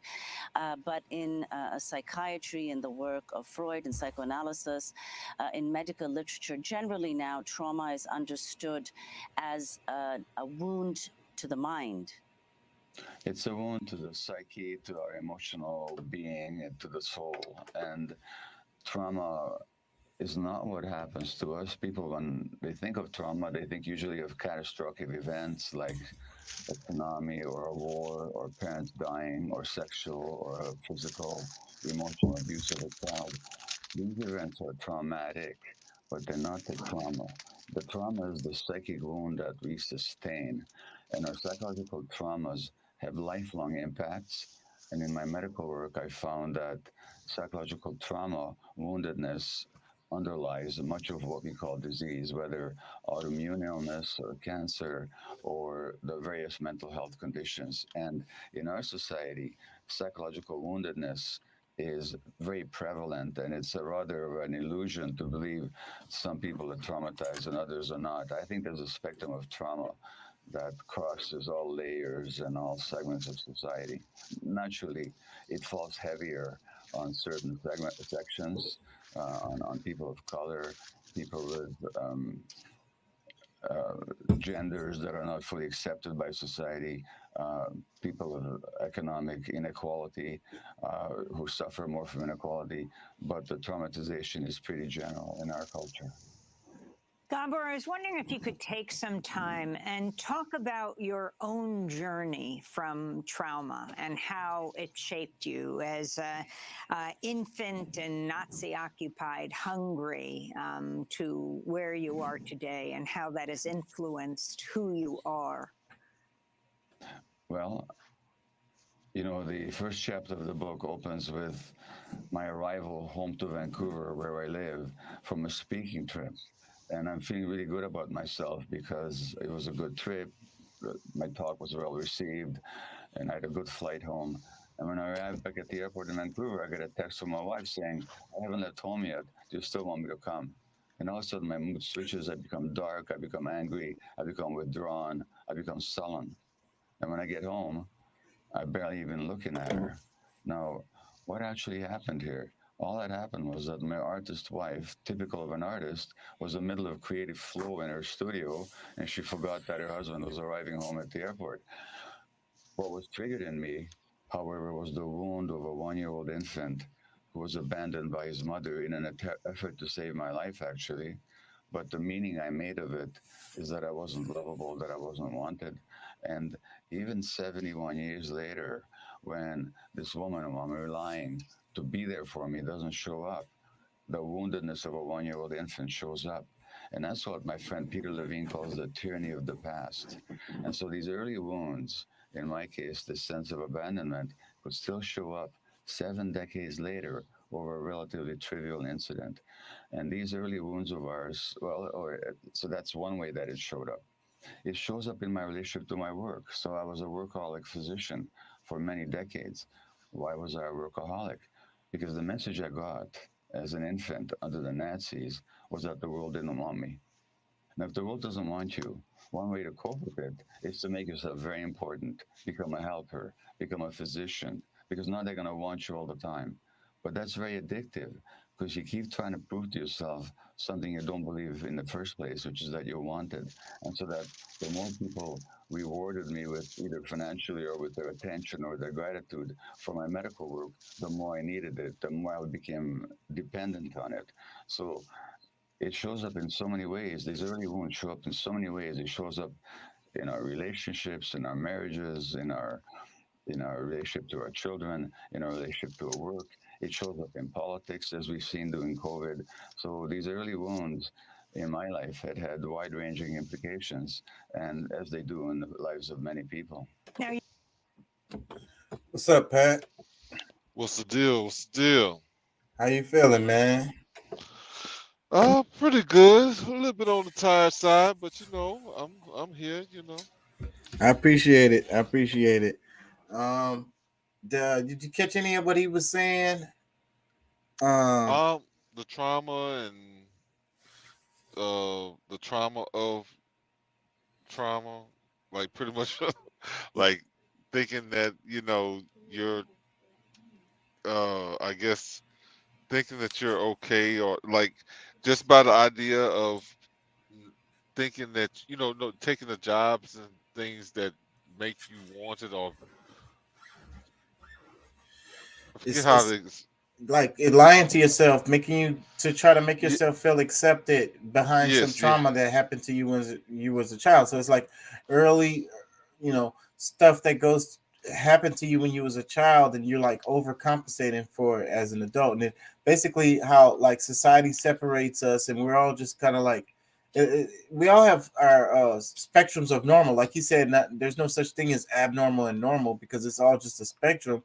And we're all just kind of like, some of us are, like in his case, really just trying to make themselves, be loved, or appreciated, or feel like they belong type shit. And then that kind of thing is what driving their behavior, their trauma. They're trying to deal with it, but they're not really dealing with it. It's unhealthy because they haven't really, had therapy or thought about it, or spiritual guidance or whatever, broke it down enough to be able to deal with it healthily. That's what I was hearing from him. And I could see how that can could happen to someone, because I mean, like I think I've even experienced it, like seeing somebody, you know, like it's almost like when black people try to do things to be accepted by white people, and you know, they'll go out of their way to do things because they feel like, well, if I do, you know, because I do this and I'm this, that, or whatever, that you're more accepted because you know, obviously you work hard, or you know, like you're not like the rest of them, or you know what I'm saying, like. Yeah, I'm better than the other ones. I'm special. Don't treat me like them. You got to treat Yes, me better because I'm better. yes, I got exactly. I got 5 jobs, and And I'm on time for all of them, yeah, whatever, like, you know. I go to church. You know what I'm saying? Oh yes, look. I'm a Christian, and you know, I'm a born again Christian. Yeah, Like I you pay know. my tithes the right Oh my amount, God. and Oh my God. Yes. do you pay your tithes? You know what I'm saying? Type shit. Anyways, the name of the show today is Land of Hungry Ghosts, and it's like starve but never die, like and being insatiable, you know, uh, never satisfied, um, and then it causes your torment. It's actually it it actually becomes your torment. Like imagine being in hell, but the hell is all of your fantasies, every all pleasures that you could think of for as much and as unlimited as you would like. But that's not heaven though, it's hell. Okay.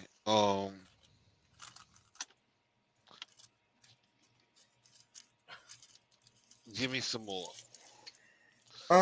Well, what inspired it was this guy here that I got on the screen because he has a book. It's called The Realm of Hungry Ghosts. And, you know, he's talking about a different book in this one, his newer book.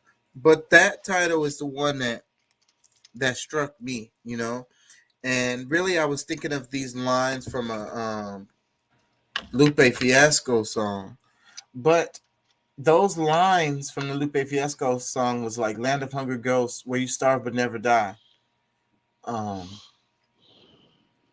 and earlier I gave an example of the story where it's like they have the long spoons, and these people are in hell. They have these long spoons, but they can't reach them to their lip, to their mouth because they're so long.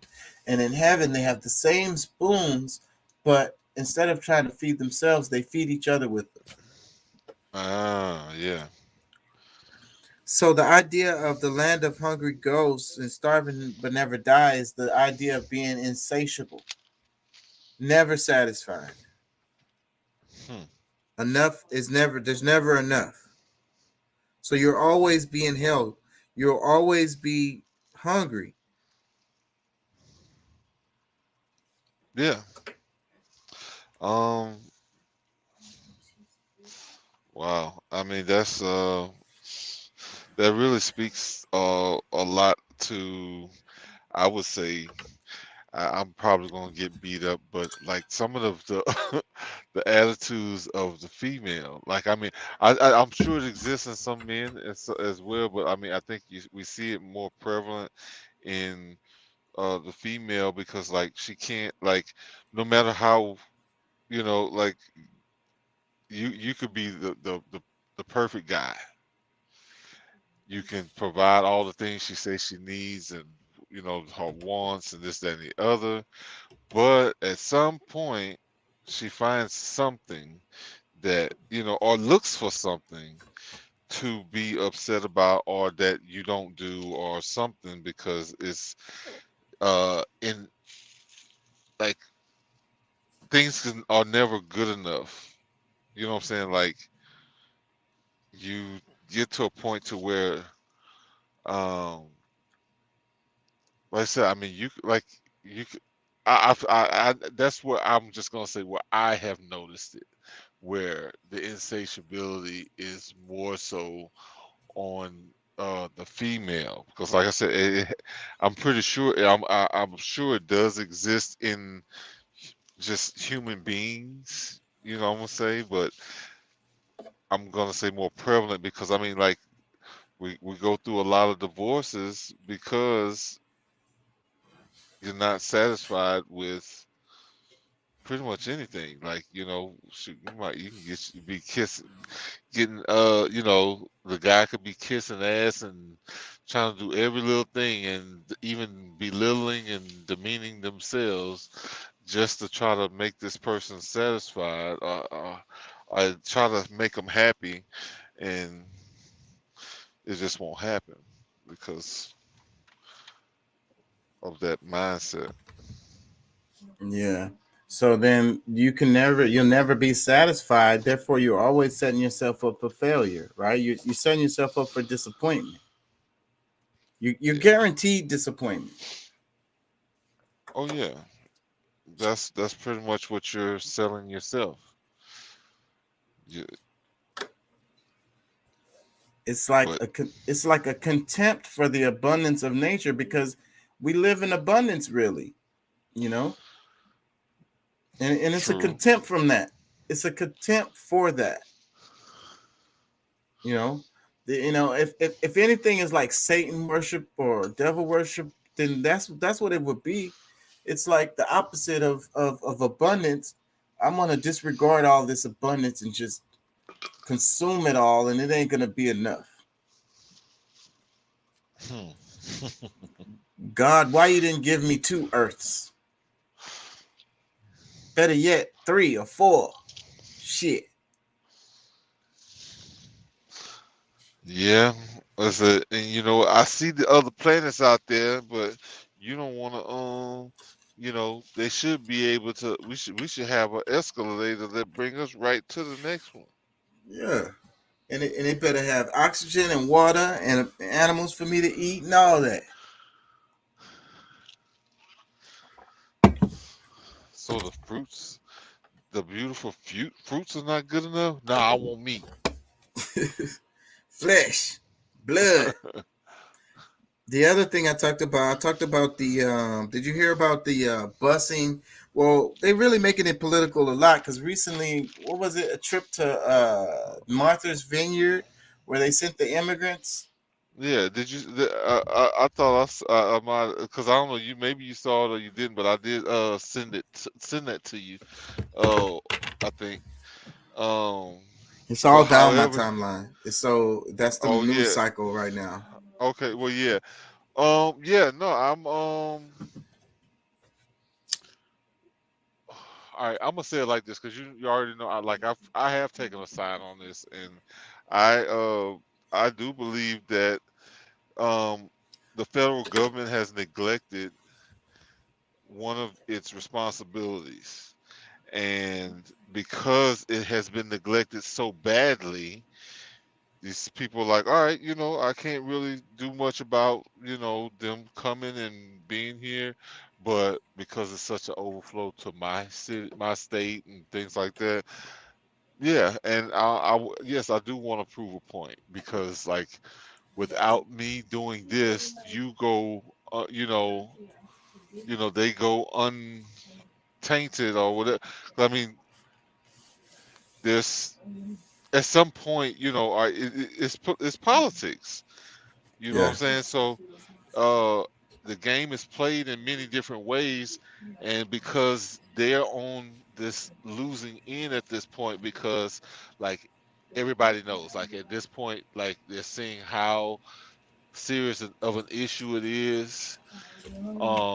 You know, these people, you know, you allow them to come in here, but you're not giving them a way to really come in and do, you know, get you know, be able to take care of themselves. 'Cause I mean, okay, they're illegal immigrants, so how they gonna get a job? How they gonna feed themselves? Are they supposed to rob you know what I'm saying? Like, what kind of solutions are you making for these people that's just okay to just come in at will? You know what I'm saying? Like, there's usually a process that's been taken to solve these types of things, and that's why, okay. So it's like, okay, since the burden has been on all of the southern states, it's like, okay, instead of me having to take care of these people for the next, 5 months, 10 months, 20 months,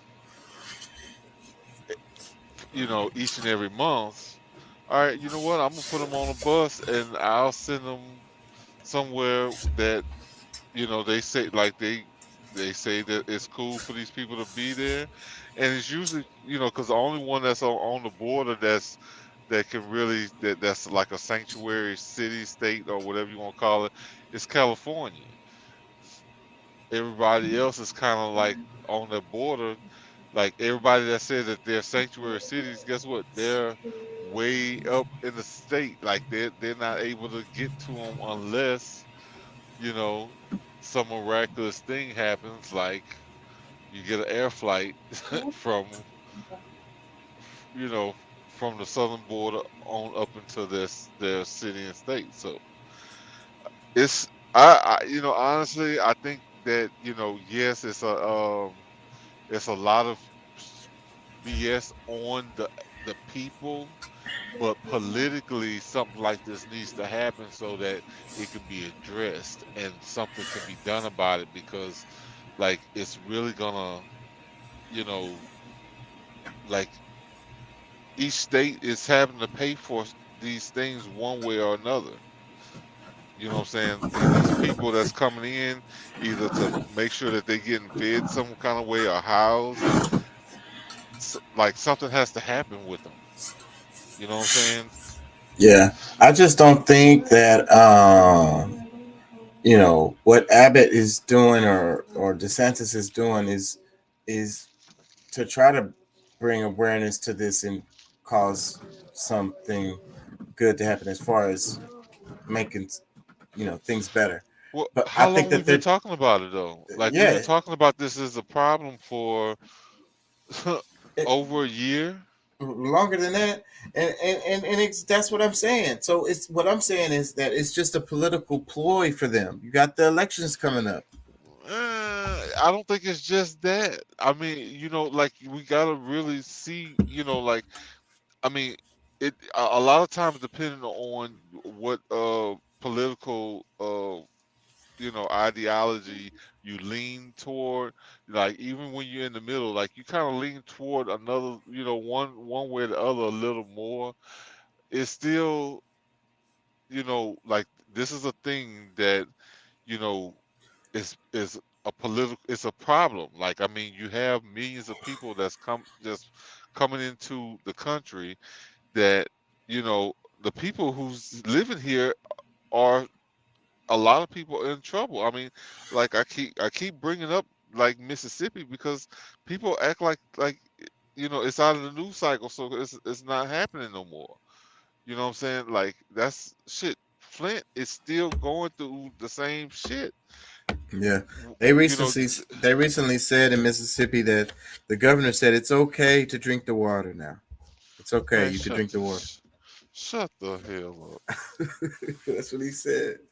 Bro, no, I just saw where the people was turning on their faucets and they had freaking mud coming in the damn sink. Poop. Well, I'm trying to, like, all right, yeah, it's full of like, shit coming through the damn water where water supposed to come out at.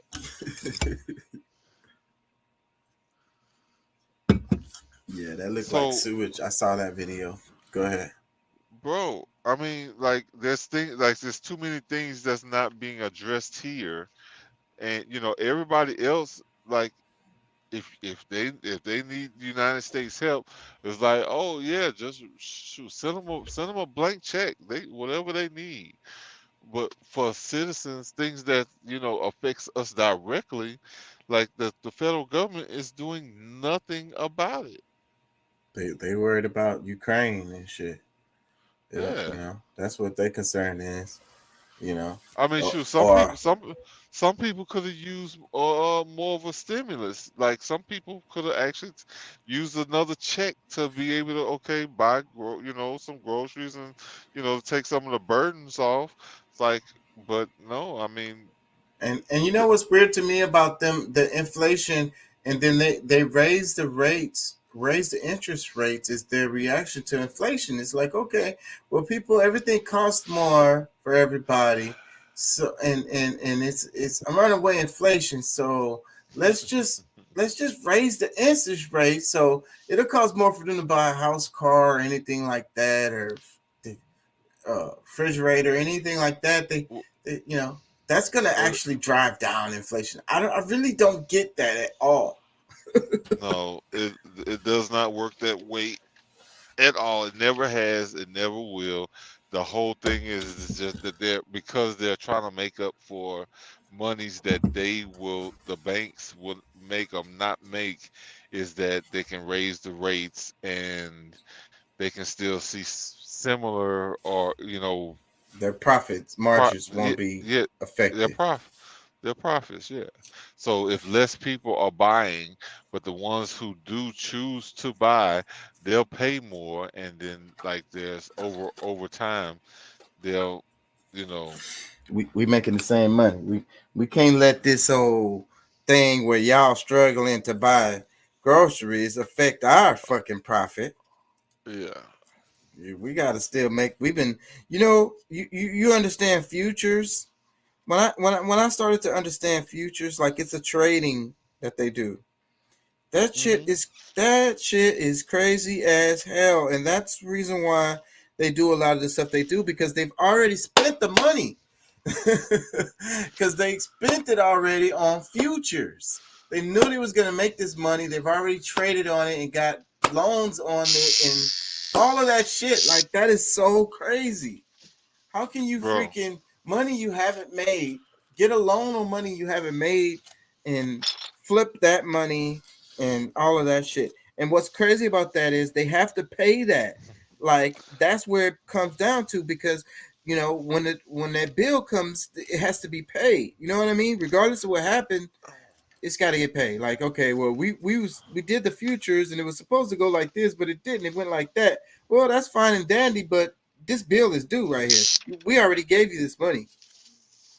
I just spoke with a friend of mine that is an accountant for a big tech company, and they're going through a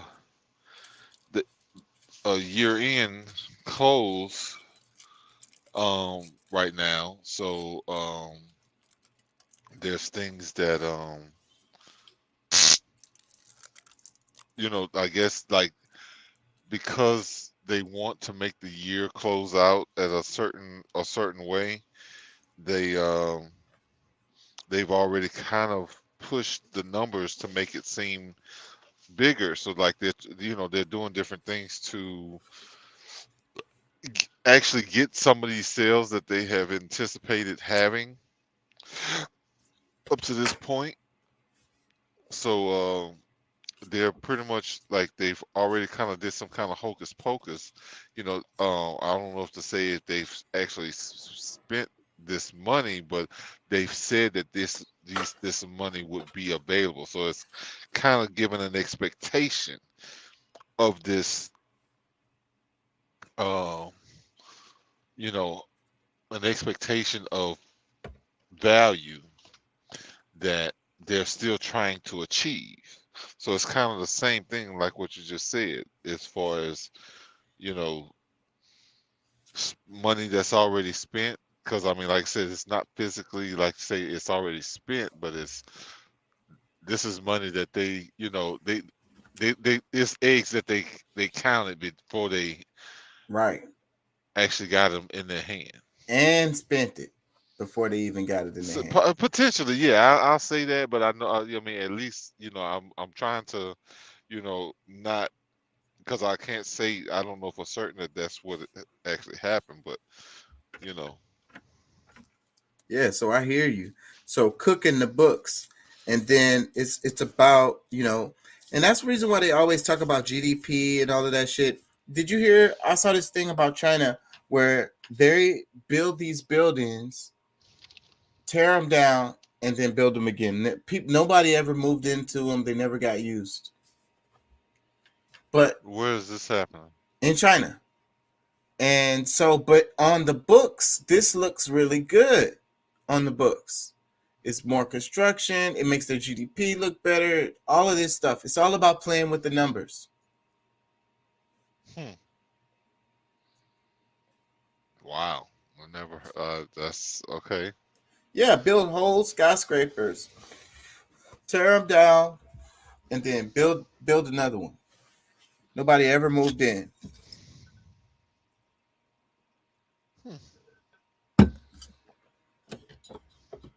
Interesting. That's the kind of shit that's happening.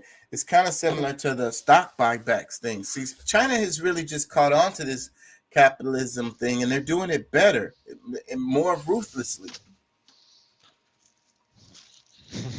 Because they always want to say China is a communist country. I just don't see it. Maybe you could say that with their government, but not the way that they move with their money.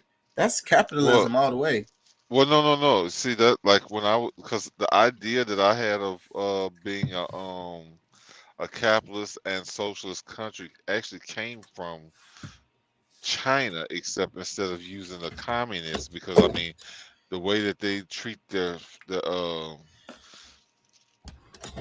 if you can even really call them citizens, because I mean, but the people of China, the way that they treat them is so bad that, like, okay, it's a capitalist and I guess you would say, and it's not all of, they don't treat everybody the same way. Like, yeah, they still have a class structure. Yeah.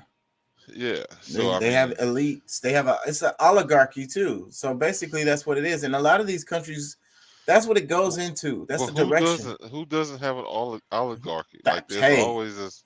I can't name one that doesn't. Yeah. So whether they're communist or capitalist, it's still an oligarchy. Well, but see, the thing is, like, the capitalist part is gonna always be there. There's no way of running a government without money, and using resources to do so. Whatever resources that happens to be, whether it's human resource or commodity. So I mean, that capitalism lives everywhere. It's just really the fact of how how you're exchanging it, or how it's distributed, and who owns it. So, but that's where those those concepts get lost in like the isms and all of that, and that's why we like to talk about etymology on the show, because people get lost in what it means because of, like, I don't know, the new names, the political names, the propaganda, the programming that gets you to think that this word means this when that's not even what it means at all. Well, yeah, that's the connotative, what they call that connotative linguistics, where they can use a word that actually means one thing, and then they've used it in the context of something totally different for so long, to where now when people use that terminology, it's like, it has nothing, like, it doesn't go down the road. Its original meaning, is lost. Yeah. Yes. The other thing I talked about today was I talked about Gaddafi earlier, and wondering, the question is, why didn't the other African nations come to Gaddafi's aid when the Western countries just ran up in there and did him like they did him? Man, that's true. That's gonna be, well, I mean, I think it was such an special ops type deal that by the time it happens, like it's like something like that happening is not like broadcast on the news. Oh, they're gonna take down Gaddafi today. All right, come on, let's get our forces together. We're But gonna you help. know they had to have entry points and exit points, so therefore they had to have some kind of communication with the powers that be within that area. Period. Like, it wasn't like they did air raids. It would be different if it was a drone and you just sent a drone in there. That's different. It's like, how the hell? They didn't even see it coming or nothing. Like, but they went up in there physically, so they had to have a entry point and an exit point. And that's what I'm saying. So some other leaders, some other people around had to know what was going on and gave them the okay. Well, I'm sure that like they probably even use some of the local forces to help get the initiative done. So I mean, they were, just as complicit. I would say, yeah, it had to be. But my thing is that just like today, I mean, a lot of people will join the forces of the big, the actual boogeyman because they're so fearful that if they don't, instead of going with what is right, which is just trying to do the right thing, like they're gonna stay on the side of evil just because they feel protected, or that the reason why we still have the hatred and the like all these different problems in the world is because of the fear of the big boogeyman, which would be like what we said, NATO, United States and Right. the European countries. So it's like, and that's what I said. And also, I would, on top of that, they had a lot of those people in their pocket, like they're paying them. The thing is, when you talk about these puppet leaders, they're getting paid. They're like, they come in and they be like, okay, these guys are all corrupt and shit. Meanwhile, they were the whole time they was making deals with the United States, deals with UK, deal with NATO or whatever the hell. They reckon in the cash, but it's because they're at the behest of United States or whatever. Like, they're making sure that this country is a mess, like, so they can keep up their operations, that whatever it is that they're doing. And the thing about Gaddafi trying to bring Africa together, trying to make an African Union, the gold dinar, trying to currency. He wanted an army. He wanted an African army. Like, all of this was so strong. And then how great Libya was under Gaddafi, and how rich they were. And then look at how messed it is now. And then it also destabilized that whole region. I mean, what was that you that showed me a video where they said that they were trying to, like, the biggest initiative pretty much for the Western world, Europe and America, is to keep Africa poor. Right. Yeah. So it's Right. like, because if because it says, they're doing everything they can to try to keep America poor. I mean, not America, Africa poor. But if they ever do anything to take care of themselves and to, I guess, position themselves to where they can actually be rich from their own resources, they would be screwed. Like, Yes. everything that they would try to, like, everything they've been trying to do and whatever. It's game over, because the past is the past. They already got those riches or whatever. But what maintains things is how they continue to extract. Like, that's the reason why I wanted to talk about the Commonwealth, and we talked about that for a while with the Queen and all of that, because they continue to extract these resources. Europe ain't rich by accident. All of that shit is not an accident. Like, what resources, we were saying before, what resources do they freaking have, bruh? They, that's the part. And because they know that the riches are made from the raw resources that's coming out of Africa. I mean, I honestly believe that, like, okay, America would have to be restructured, but we can produce certain, and we do produce certain things, and we do have you know, surplus of things that we could actually, we can sell. We would be okay. We would be okay But if we were you're, just not on this freaking imperialism shit. We just need to, right here, we got enough to take care of ourselves and be good, and not worry about everybody across the world. yeah, yeah. Instead of going to all these different little countries and robbing the baby, taking the baby's baby bottle and delivering it to Europe, it's like it's really makes no sense. And Well, I mean, the thing is that if you're in that type of position, you should be prepared to, be, like become more appreciative of Africans for what they actually provide. telling you. And when Libya, they provided houses for everyone. They had free education.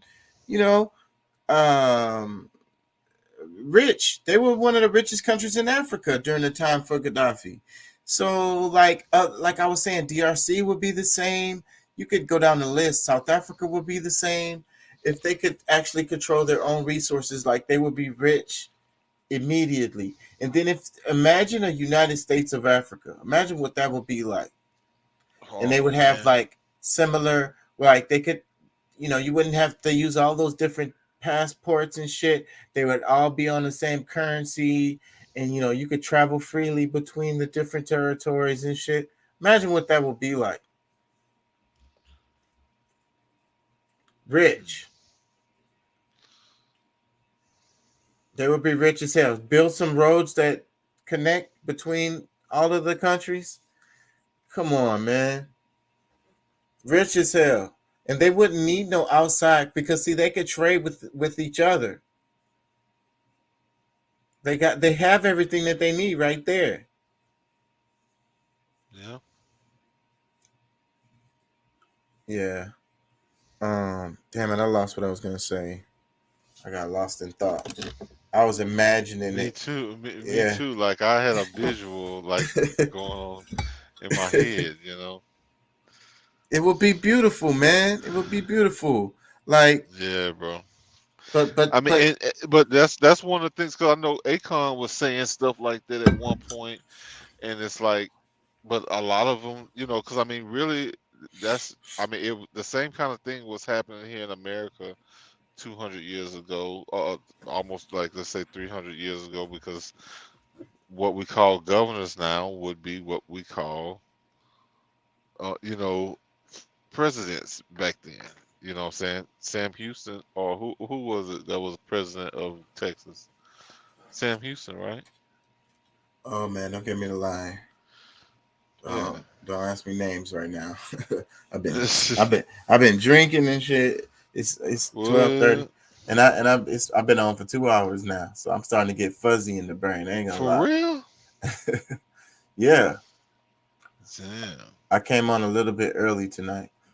I kind of want to get back to this, because this is the main point of the show. This one about the myth of normal. That was the name of this guy's book. The other book was In the Realm of Hungry Ghosts. So, but he's talking about the myth of normal in this one. Trauma, illness, and healing in a toxic culture. So it's like our culture is toxic, and it's making us sick. Not just mentally sick, physically sick, like cancers and everything. And one of the things he was saying is you can't separate the body from the mind. He said that over and over. And he said you can't separate the individual from like the culture, from the society or whatever. So it's like you could call yourself an individual all you want, but the every day, you have to deal with the society, and that molds you. You know what I'm saying? It's your environment. So you know what they always talk about, how when you grow, or like even with a plant or whatever, always compare it to plants. But you have the nutrients that it needs to grow, and then you have the environment, and between the two of them is what makes it, and its genetics is what makes it what it turns out to be. Combination of those things. You get what I'm saying? Yeah. Um, you said, all right, because you said, I know a combination of those things. The last little part was Yeah, the saying how, like, you know, you can't separate the body from the mind, and you can't separate the individual from its environment, because you can say all you want that you like, I meditate and I eat plant foods and stuff like that, but you leave out of your home, you interact with people in any way, then you're affected by this environment. If you don't even have to deal with people directly, you just deal with the systems, and it's a toxic ass culture, and this toxic culture affects your growth, affects what you turn into be. You get what I'm saying? So that's the point that this guy was trying to make. Yeah. Let me read the caption. This is the caption underneath the video. It says, in an extended interview, acclaimed physician and author Dr. Gabor Mate discusses his new book just out called The Myth of Normal: Trauma, Illness, and Healing in a Toxic Culture. The very values of society are traumatizing for a lot of people, says Mate, who argues in his book that psychological trauma, woundedness, underlies much of what we call disease. He says healing requires a reconnection between the mind and the body, which can be achieved through cultivating a sense of community, meaning belonging and purpose.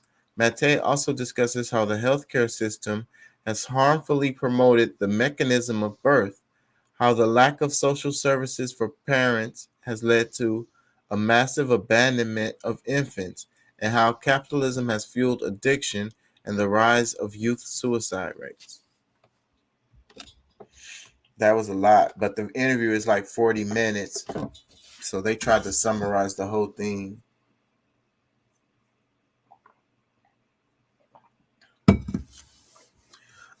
Let me read some comments. It says, these are comments underneath the video. It says, Gabor Mate's work is essential to healing this world. Thank you for bringing him on.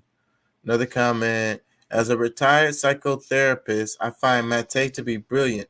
His assessment of the falling life expectancy being related to the crumbling economic and social conditions at about the 36-minute mark is absolutely spot on and explains many of the deaths to come. Damn. I'm going to have to play some of that on the video, but I don't know if I'm going to make it all the way to the 36-minute. Let me read another comment. It says, I will be purchasing this book. I really believe our society could be and raise healthier children if they studied under this insightful doctor. One of the things he was talking about was how they saying don't hug your kids when they're upset, and put them in timeout and stuff like that. And he's saying that this is traumatic, especially over time, and it causes manifestations of illnesses when you grow up.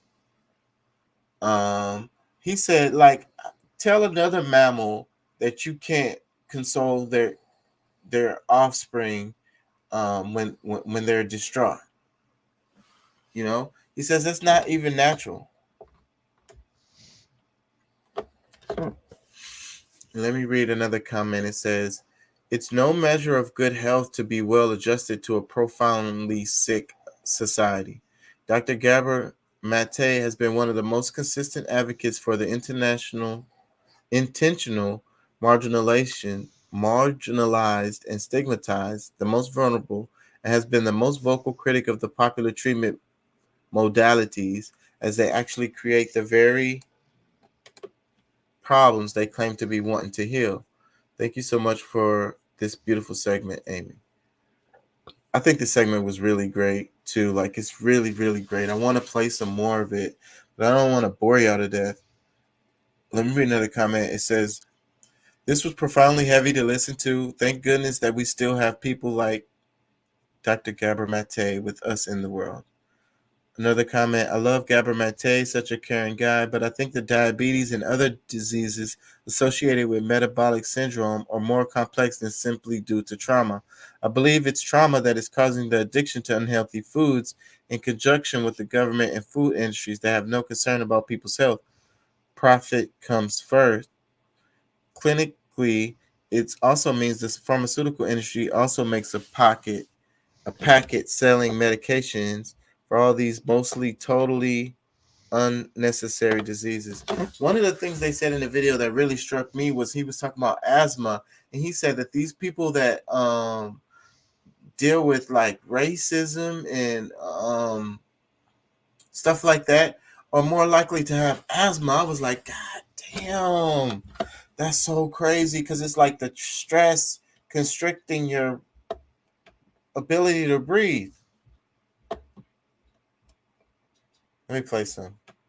You've intrigued us because you said at the time you thought your mother abandoned you, but you, of course, now understand she was doing it to. No, you don't need conditions of war and.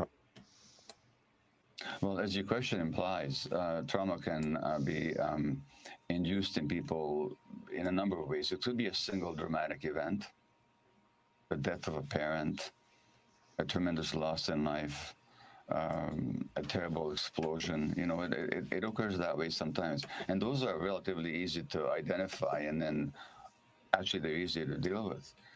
But for a lot of people, it's much more insidious and much more chronic than that. For example, certain child rearing practices. For decades, the Dr. Spock, who was kind of the guru of parenting, advised parents not to give in to the infant's tyranny, the infant's resistance to sleep. Now, what he calls the infant's tyranny is the infant's desperate need to be picked up and held by the parent. That's just a trait that we share with all other mammals. You tell a mother baboon not to pick up their baby, or a mother cat not to respond to the child's distress. But here in North America, we've been telling parents for decades to ignore their children's cries. And, or for example, when a child is angry, a 2-year-old is angry, to give them a timeout, which is to say, to threaten them with the loss of the attachment relationship that they desperately need. Those events are just as traumatic over the long term, but they're harder to identify because they seem so normal and they don't seem dramatic. But they do show up later on in life in all kinds of dysfunctional patterns. And Dr. Mate, you speak in the book about unresolved traumas. So in the examples that you're giving now, or indeed in the case of trauma more generally, if one can speak generally about trauma, what kinds of practices can lead, if at all, to the resolution of a trauma? Well, whether we're speaking about on a social level, which we have to speak, or whether on the individual level, which is what it strikes most of us, the first thing that has to happen is a recognition that how we're living or some aspect of our lives is not working for us, and that there's a cause for it, which we can actually uncover by some compassionate inquiry. And very often, there needs to be a wake-up call. Now, COVID could have been a wake-up call for this culture, but I don't think it will have worked that way. It should have, but it didn't, because of the nature of this society to transformation. The resistance to social transformation in this culture is so deep that the COVID lessons, I don't think have been learned, nor will be applied. On the individual level, very often it's an illness, whether of depression and anxiety, a psychiatric diagnosis, a relationship breakup, or a physical illness like an autoimmune disease or malignancy. That works as the wake-up call. So there's got to be some kind of event that happens that says to us, this is not working. We need to understand why not, and we need to move past it. And once we get that wake-up call in whatever form, and one of my intentions in this book is to help people not get to that dire, dramatic point where some significant illness has to wake them up. But once we get to the point of waking up, then we conduct an inquiry. Okay, what was driving my behaviors? Why was I always driving myself on a job, like as if my life depended on it? Why was I a workaholic, stressing myself? Why was I so hard on my children?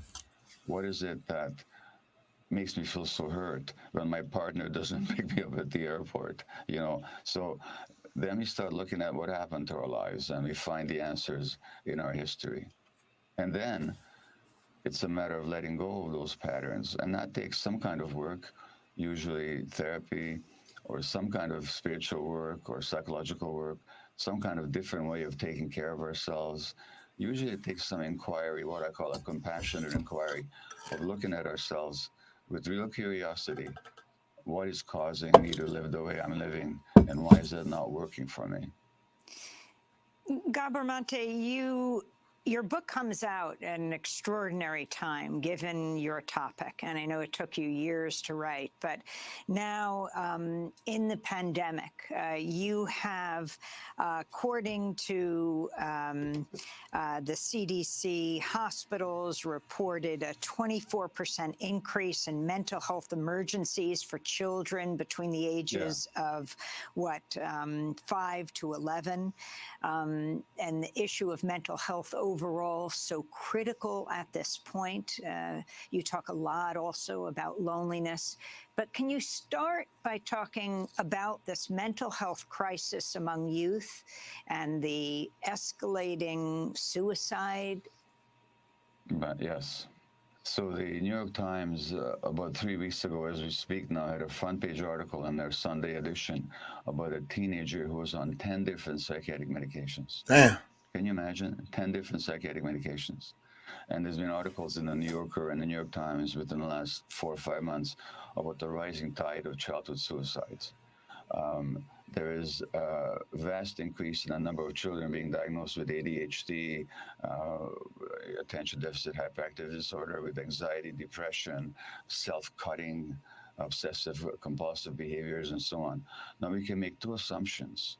Either there's some accidental, totally unexplainable rise in childhood pathology that has no specific reason whatsoever for its instigation, or we can recognize that we live in a toxic culture that by its very nature affects children's development in such unhealthy ways that children are increasingly mentally unbalanced and desperate to the extent that they're cutting themselves and even trying to kill themselves. So we have to look for those conditions, not in the individual mind or brain or personality of the child or youth. We have to look at them into social conditions that drive children in those directions. And unfortunately, in the public conversation around it, it's all about the pathology and how to treat it, and it's not about the social cultural causes that are driving children in those desperate directions. So can you talk about how you view this and how this, not just this country, the world can heal, especially focusing on youth? Well, we need to begin right at the beginning. And the beginning is actually in the womb. Now, we already know from multiple studies, not even controversial, that the more stress there is on pregnant women, the greater the impact, even decades later, on the well-being of the infant. So how are we looking after pregnant women? The average physician, I mean, I was trained as a medical doctor. To this day, the average physician, when they're trained in prenatal care, they're not trained to ask about the woman's emotional states. They're not trained to ask about, how you doing? How's your relationship? How's your work stress? What can we do to support you? We only look after the body, and we separate the mind from the body.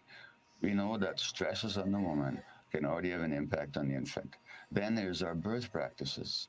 In North America now, the cesarean section rate is approaching 40%. Now, modern obstetrics is miraculous in its capacity to save lives, and it should be applied about 10 to 15% of cases for the benefit of the infant or the mother.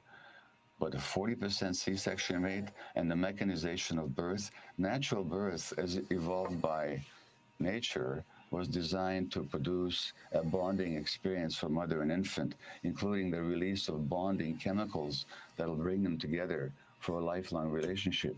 When we medicalize birth, we interfere with it, we mechanize it, we create fear around it.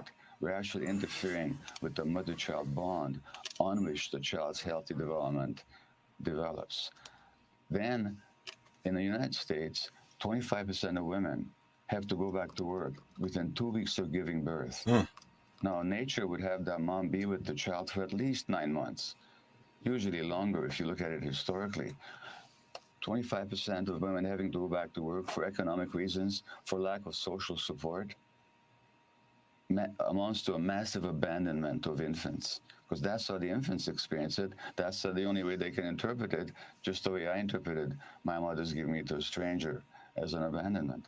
Then there's the child-rearing practices that I've already mentioned, of not picking up children when they're crying, of parents being so stressed that their stresses are absorbed by the infant, that the parents' economic, racial, social anxieties, relational anxieties, their own unresolved trauma are absorbed by the infants.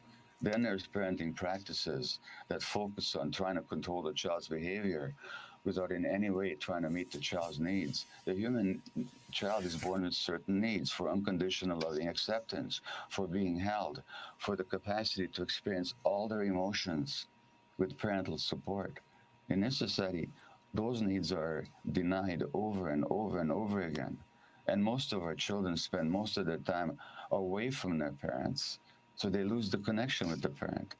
Do we wonder then that the child's circuits of anxiety and panic in the brain are activated and extra overactivated? These are natural consequences of an unnatural culture. Dr. Mate, could you elaborate on what you've been talking Natural consequences of an unnatural culture. about now, namely the relationship between the effects of an individual and social trauma?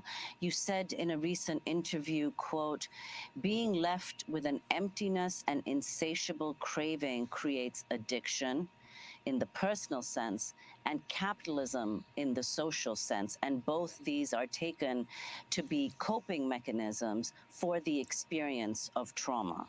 If you could explain. Well, let me give you a more simple, I will answer that question, but let me give you first a simpler example of social trauma and illness. So it's been well shown that the more experiences of racism a Black American woman has to endure, the greater her risk for asthma. Damn. In other words, the constriction of her airways and the inflammation of her airways are the physiological product of a social malaise. Now, who's got the pathology here? Society or the individual? Can we even make a separation between the two? We know that if you look at the markers of aging, various biological markers of aging, they're much more advanced in Black people of the same age as their Caucasian cohorts, simply because of racism, because social stress and trauma translate into the physiology of the individual. You can't separate the mind from the body, and you cannot separate the individual from the environment. In Canada, where I live, an indigenous woman, by the way, indigenous people used to have no autoimmune disease whatsoever prior to colonization. Today, an indigenous woman in Canada has 6 times the risk of rheumatoid arthritis. And the same thing is true in the United States, by the way, that autoimmune disease strikes especially women and especially women of color in much higher rates. These reasons have nothing to do with genetics and everything to do with social trauma. Now, the emptiness that you refer to, in a society that tells you that you're not enough, that you're not good enough, that you don't look good enough, that you don't have enough, that you don't own enough, that you haven't attained enough, creating this sense of emptiness is the fuel that runs the consumer society, where never is enough. You always have to have more and more. You have to attain more and more, obtain more and more. So basically, it's a highly addictive culture that feeds off people's addiction to drive its profits. And they do so quite deliberately. When it comes to the food industry, for example, you probably remember this book a few years ago, Salt, Sugar, and Fat, where the food companies very deliberately try to identify, using sophisticated neuroscience, the sweet spot, the bliss spot, that when you have the right combination of salt, sugar, and fat in your junk food, that's what gets people addicted. So that the digital companies employ what's called neuromarketing. They try and find what's the best way to excite the circuits in the brain of the customer that gets most addicted in order to get them hooked on their products. What we're looking at here is the mass engineering of addiction. And we're not talking conspiracy theory. This is conspiracy reality. That's how it works. But of course, from the point of view of profit, it works because people are going to buy junk foods that are going to kill them or make them ill. But these companies don't care. They just want. It's not that they're trying to kill you, as I say in one chapter of the book. They just don't care if you die, because what really matters is profit. So this society runs on people's sense of deficient emptiness, where more and more is what they think is needed to fill that hole inside themselves. Dr. Gabor Mate, one part of the power of the myth of normal, your book, is the examples that you use, particular people, especially women who are sick or chronically ill.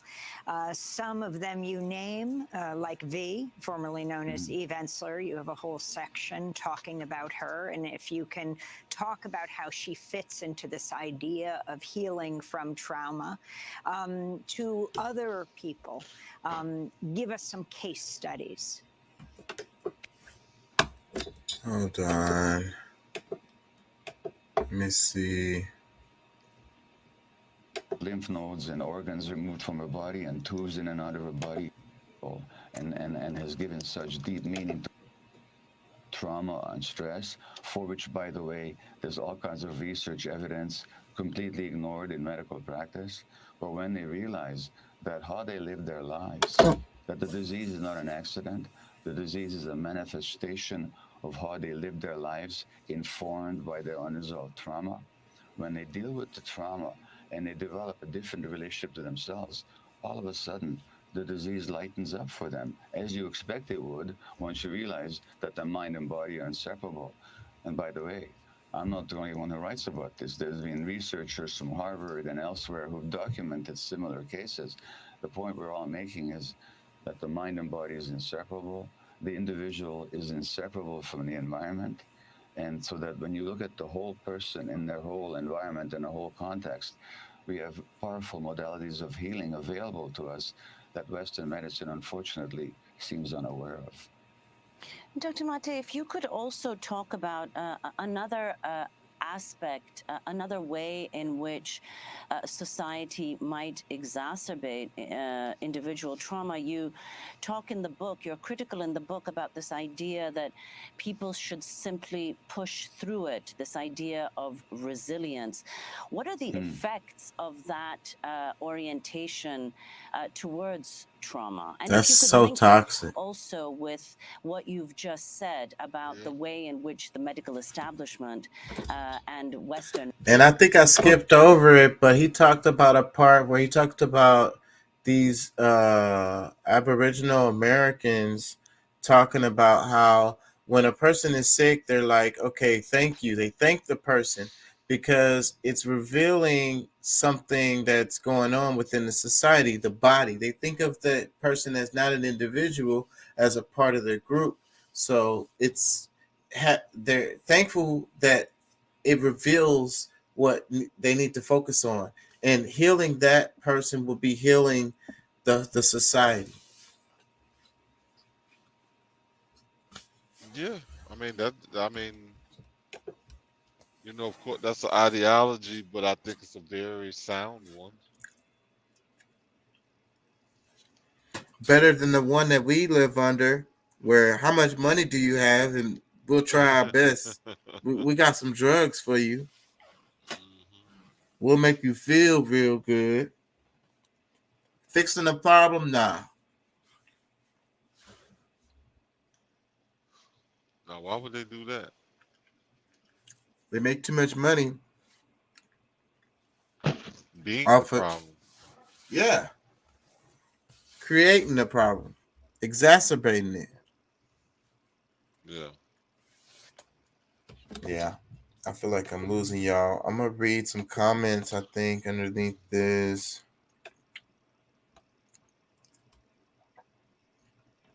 I think I read already. Let me see. This one says, normal is just a cycle on the washing machine. One of the best sayings I've ever heard.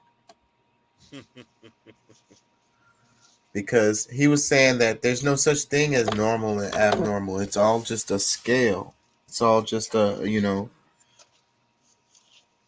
kind of like we be talking about when we talk about masculine and feminine, or good or bad. Crazy, sane or insane. Yeah.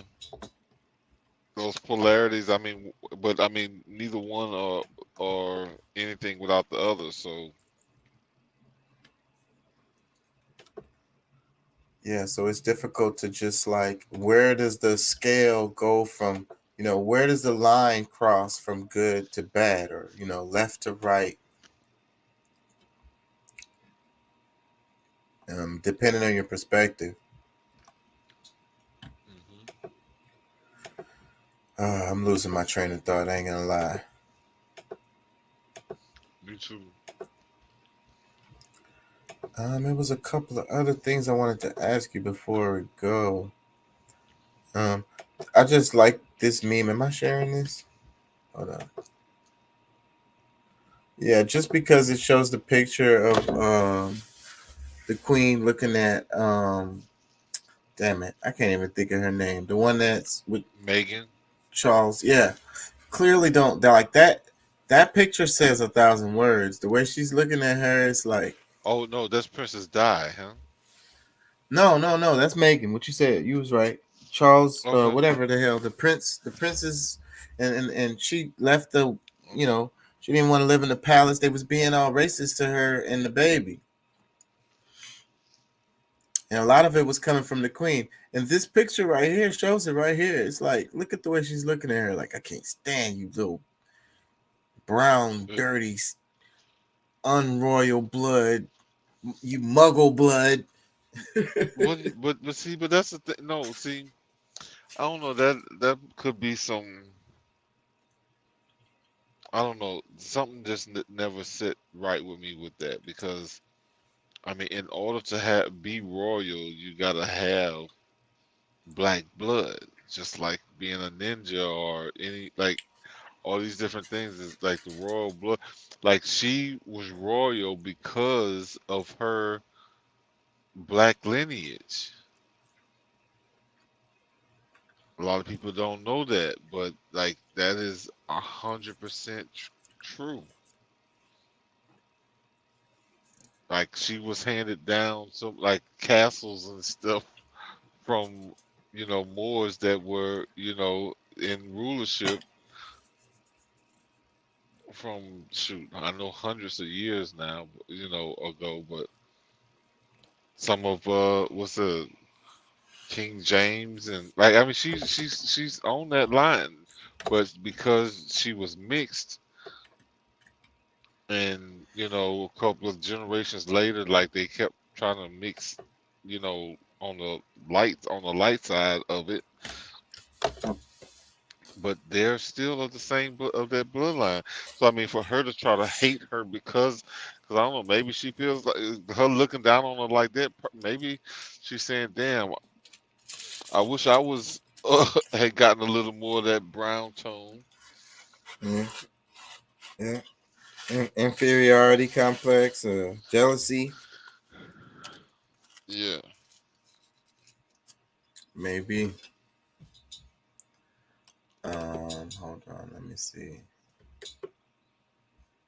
I just thought that picture was funny. Oh yeah, this one.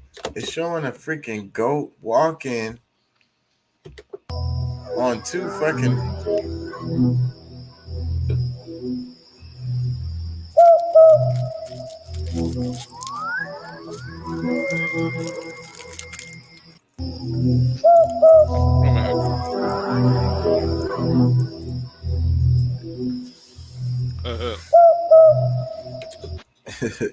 I don't know what's going on, but I ain't gonna lie. If I was anywhere close to this scene, I would be shitting on myself probably, or whatever, running away or something. Like, something ain't right. What's going on? That would be mad scary to me. Yeah, that's pretty weird. Like, that's not supposed to happen. So That's what scares me, because like when we talked about it the other day about supernatural and saying like supernatural, there's no such thing, everything is natural. But when something behaves in a way that it's kind of outside of its real, natural way of, that's what is scary to me. That's kind of like zombies. That's why zombies are scary to me, because it's like, we don't know anything about coming back from the dead, right? Like reanimated or whatever. Is it alive or is it just animated? Where's the soul? Does it have a spirit now? Like, that's why it's scary. Like, it's an abomination.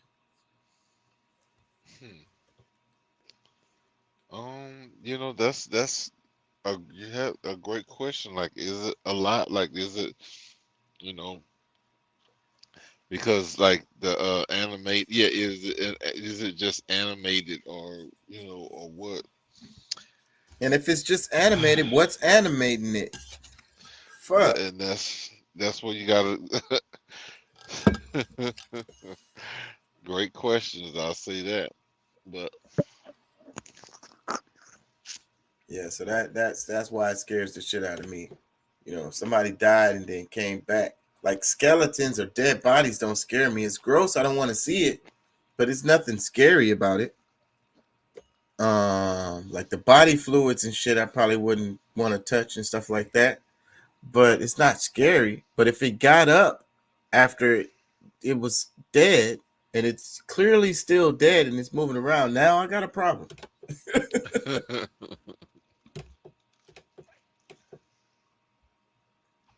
You'll be all right. And I played this post here. I might not play it all. It's not that long, but it's a little chick clip. Tell me what you think. Hold on, let me go to it. I think be emotional, not crying, not whining, not bitching and moaning. Right. But someone in a space where it's healthy emotion. The women that are just interested in the bigger picture, those are the women that are they're trying to find something to be there for the long run in. You get what I'm saying? Not So just it's the dinner. Yeah, not just the dinner. Not, oh yeah, let's take shots. You know what I'm saying? Like sometimes you have to pay attention to the women who are trying to have those deep conversations. And it sucks because I actually have a couple of girlfriends. And I used to, when I was younger and in which Wait. It was the point that the chick made at the beginning. That's what it was I wanted to talk about earlier, because she said, about men being emotional, having a safe place. Hold on, let me see. To look for in a woman so that they can find someone who lets them be emotional, not crying, not whining, not bitching and moaning, right? But someone in a space where it's healthy emotion. The women that are just interested in the bigger picture. Yeah, that part. So it's like the part she said, not crying though. She like, and I kind of get what she's saying, but I made a post about this on Instagram not that long ago about like how like it's a toxic culture where men aren't supposed to show their emotions, and then they hold it in, and then it manifests itself in toxic ways. You know what I'm saying? And that's the thing. So where do men go? Like I saw this other post where they were talking about how like when women have a breakup or whatever, they girls come over and they eat ice cream or whatever, and whatever. They go through their mourning process or whatever, and they get to the point where they're ready to go back out there and go at it again. So, but then what kind of process do men have like that? Because they were using the example that even in the men's circle, they're gonna be like, oh, that chick had you, all caught up. She had you all. You look at you all. What you want to go cry, whatever. Like the dudes, even your friends, aren't gonna allow you to, go through that process. You get what I'm saying? Not unscathed. 'Cause if you got friends like mine, I mean, shit, they gonna rag on your ass, at least a little bit. You know what I'm saying? Like, gotta go home. You know what I'm saying? But either way, I'm just saying that that shows, how because that's what the guy was talking about in the video. This is another example of how toxic our society is, and a specific example is how men aren't allowed to be emotional. They're not allowed to show their emotions. They're not allowed to go through their healing processes when they, because like you go through a breakup, like y'all been together for a long time, and whatever y'all thought y'all was trying to build a life together or some shit, it doesn't work out. The men is supposed to just like get over it. They're not supposed to have been attached or whatever. Like, I really can't really get out what I'm trying to say, but it's like it's okay for the chick to be emotionally attached to the relationship, but the dude is supposed to get over it. Well, I think that because of the opposite, like the way that they set things up, because I mean, with human beings, like there's different things that, because that's kind of like the question we had a little while ago, like with the polarities of man and woman, where does the line, where do you cross the line that this is not any longer, a sensitive being, or which one is not such a, the tough one, or the, what I'm saying? So like, it's kind of hard to really be able to pinpoint that. So, and within society, it's, I guess, easier to promote one to be more of a certain thing, Right? and which it should, and I guess it should be, to some extent it should be, but and you should be, but I think if you're more holding to, more true to what you are naturally, when those sensitive times come, it's not that big of a deal. So that's why I think that now, like, it's just they're expressing the more soft or sensitive side more often than they are the tough and ready to work, or like they're not showing that toughness enough as they used to, because it's not like Grandpa didn't never cry, but you didn't see him cry. If you saw him cry, then you kind of like, oh shit, something ain't right. But yeah. So, but still, our society is not accepting. It's clear that like you say, like you're not supposed to see it. If you are emotional, you're supposed to go deal with that shit alone by yourself. For the most part, that don't sound toxic. Well, I mean, I would say maybe to some extent, but really, like I said, I mean, men are men, women are women. I mean, you don't expect. I mean, of course, we don't expect women to be, crying and sensitive and stuff all the time, but we expect that that's more of a trait of theirs than it is of ours. And I mean, if we look at it on the opposite end, like, being the tough guy, being rough, playing hard sports and, gladiator sports, this, that, and the other. So that's more expected.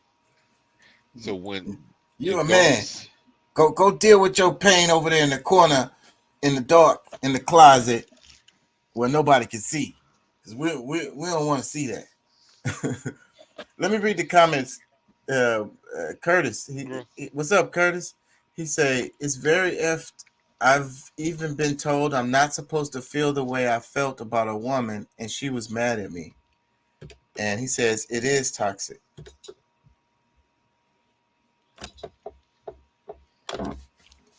Yeah, so like our society is creating these.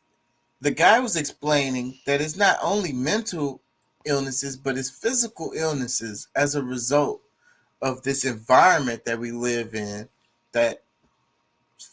And he was talking about the detachment. We're detached, and that's what's causing he says, we have to get reconnected for us to heal,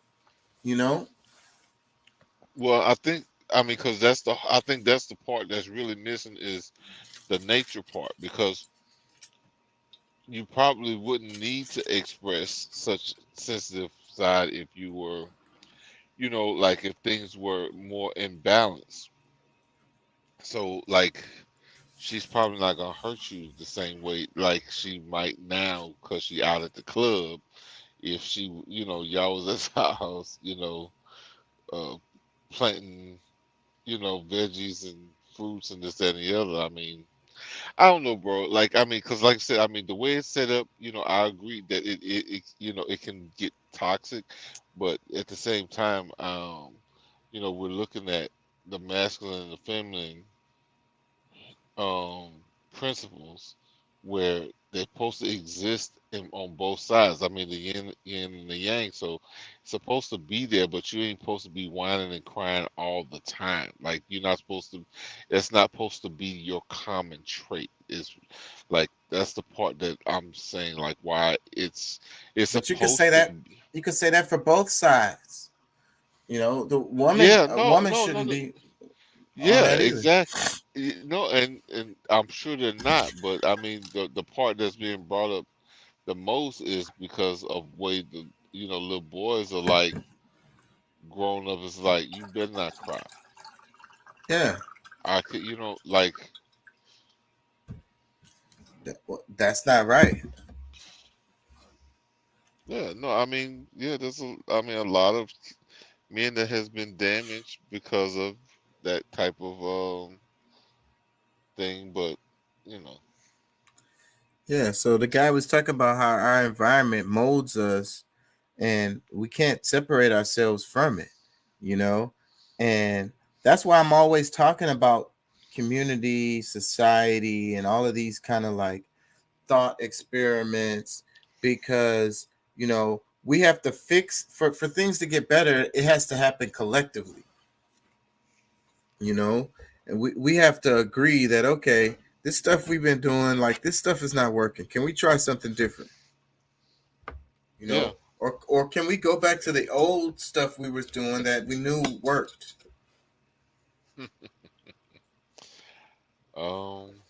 Yeah, I mean that's definitely an option. But, And how do we get there? How do we get to the point where we're not so separated? Man, I think if somebody had the real answer, I mean, whew. It's so tough, and I just feel like we're wedging even more. People are so lonely. People are so depressed. People are so like struggling. Even people, like when I say struggling, it a lot of people want to think about it in money way, and that's not what I mean. I mean struggling with life, struggling with this thing that we're doing. And the amount of money that you have don't matter when it comes to that. No. Because you're living in this toxic ass environment, and no matter how much money you got, you're like, damn, this shit is fucked up. Curtis says, kind of way I take the risk, because if she love you, the world changes. I like that though, because that's how it would come together, right? It's the love. I think that's the fifth element. It may be the dark matter that science has been looking, and they can't really find the particles. They can't really explain it, but they know it's there because it's in the math. So what's holding this stuff together? Because they're saying everything would be ripped apart if it wasn't for it. Like they don't understand. Like the expansion of the universe should be expanding faster. Like it should be ripped apart. Something's holding it together. That's not gravity. Well, it's all in unison. So I mean, it's a cycle of some sort. Well, I think it's love. I think it's love. So because like the creator, right? God, the creator, creating the universe out of love, you know, and love is the reason why he did it, period. Right? So then you think about it on a micro scale of us, you know, finding a loved one here on planet Earth, and that bonds us, right? So, and then you think about the community as a whole is, you know, the household is the base of the community, and then multiple households, you know, bond the community, create the community. You get what I'm saying? Yeah. So the love is what brings it together. It's the glue, it's the attraction, it's the magnetism, you know. So like it's kind of like the balance, like we was talking about before, the love and hate, right? So we were talking about good and bad. So the balance between the love and the hate. So maybe it's because of all of the hate or the illusion of the hate, because I really think it's an illusion. It is what causes all the division, you know. And then you have the ones, the powers that be, they hate the poor people, you know, so they want them to suffer, and it's not even about the money, they just want them to suffer, you know, and that's their hate for them. They hate, they're just disgusted by the poor, like they're dirty. Disdain.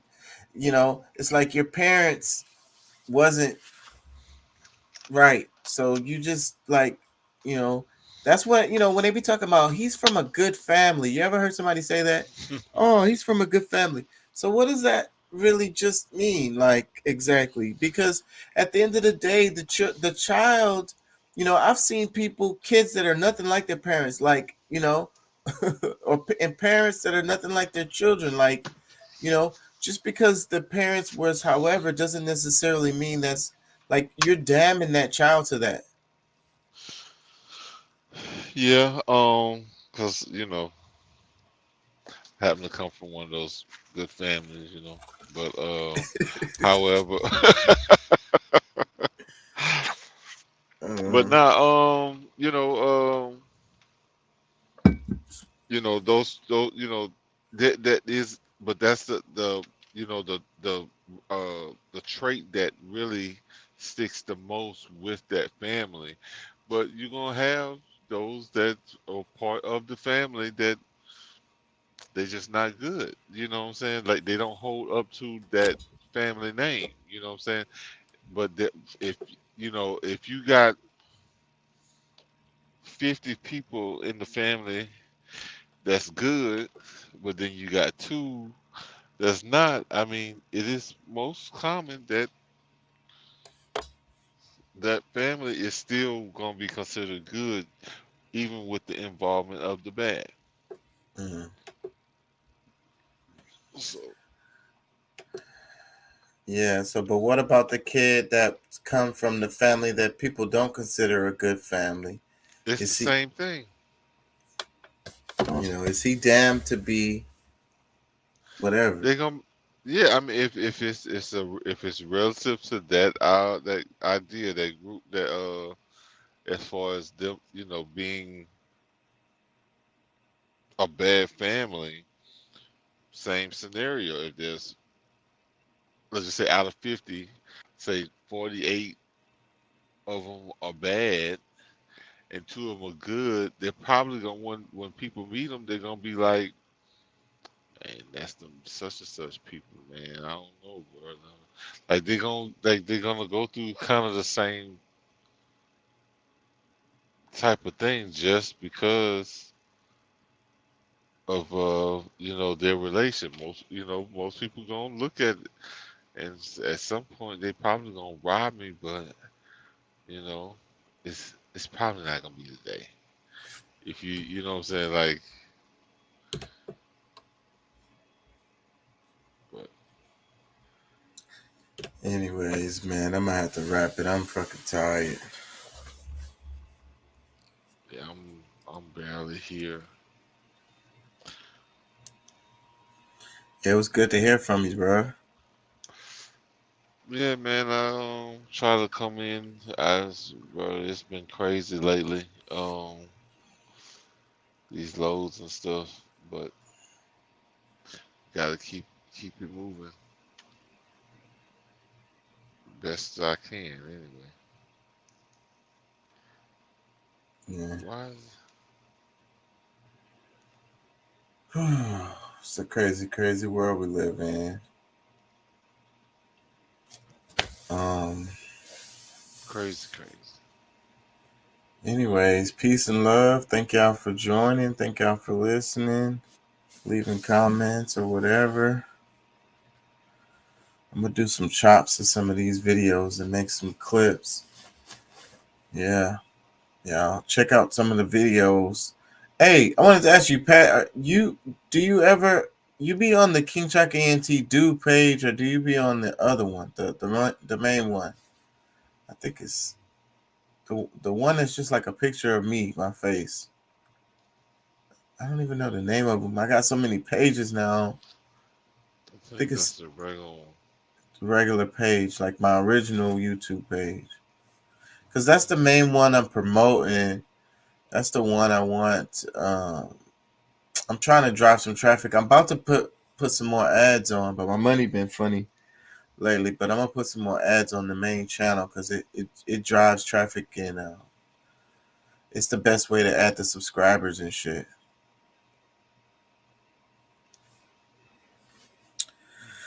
Anyways, peace and love. Thank y'all for joining. Thank y'all for listening.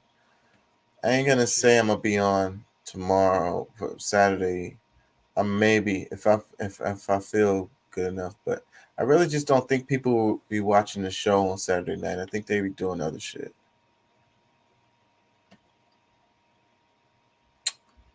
So, anyways, peace and love. Thank you for joining. Get you some rest.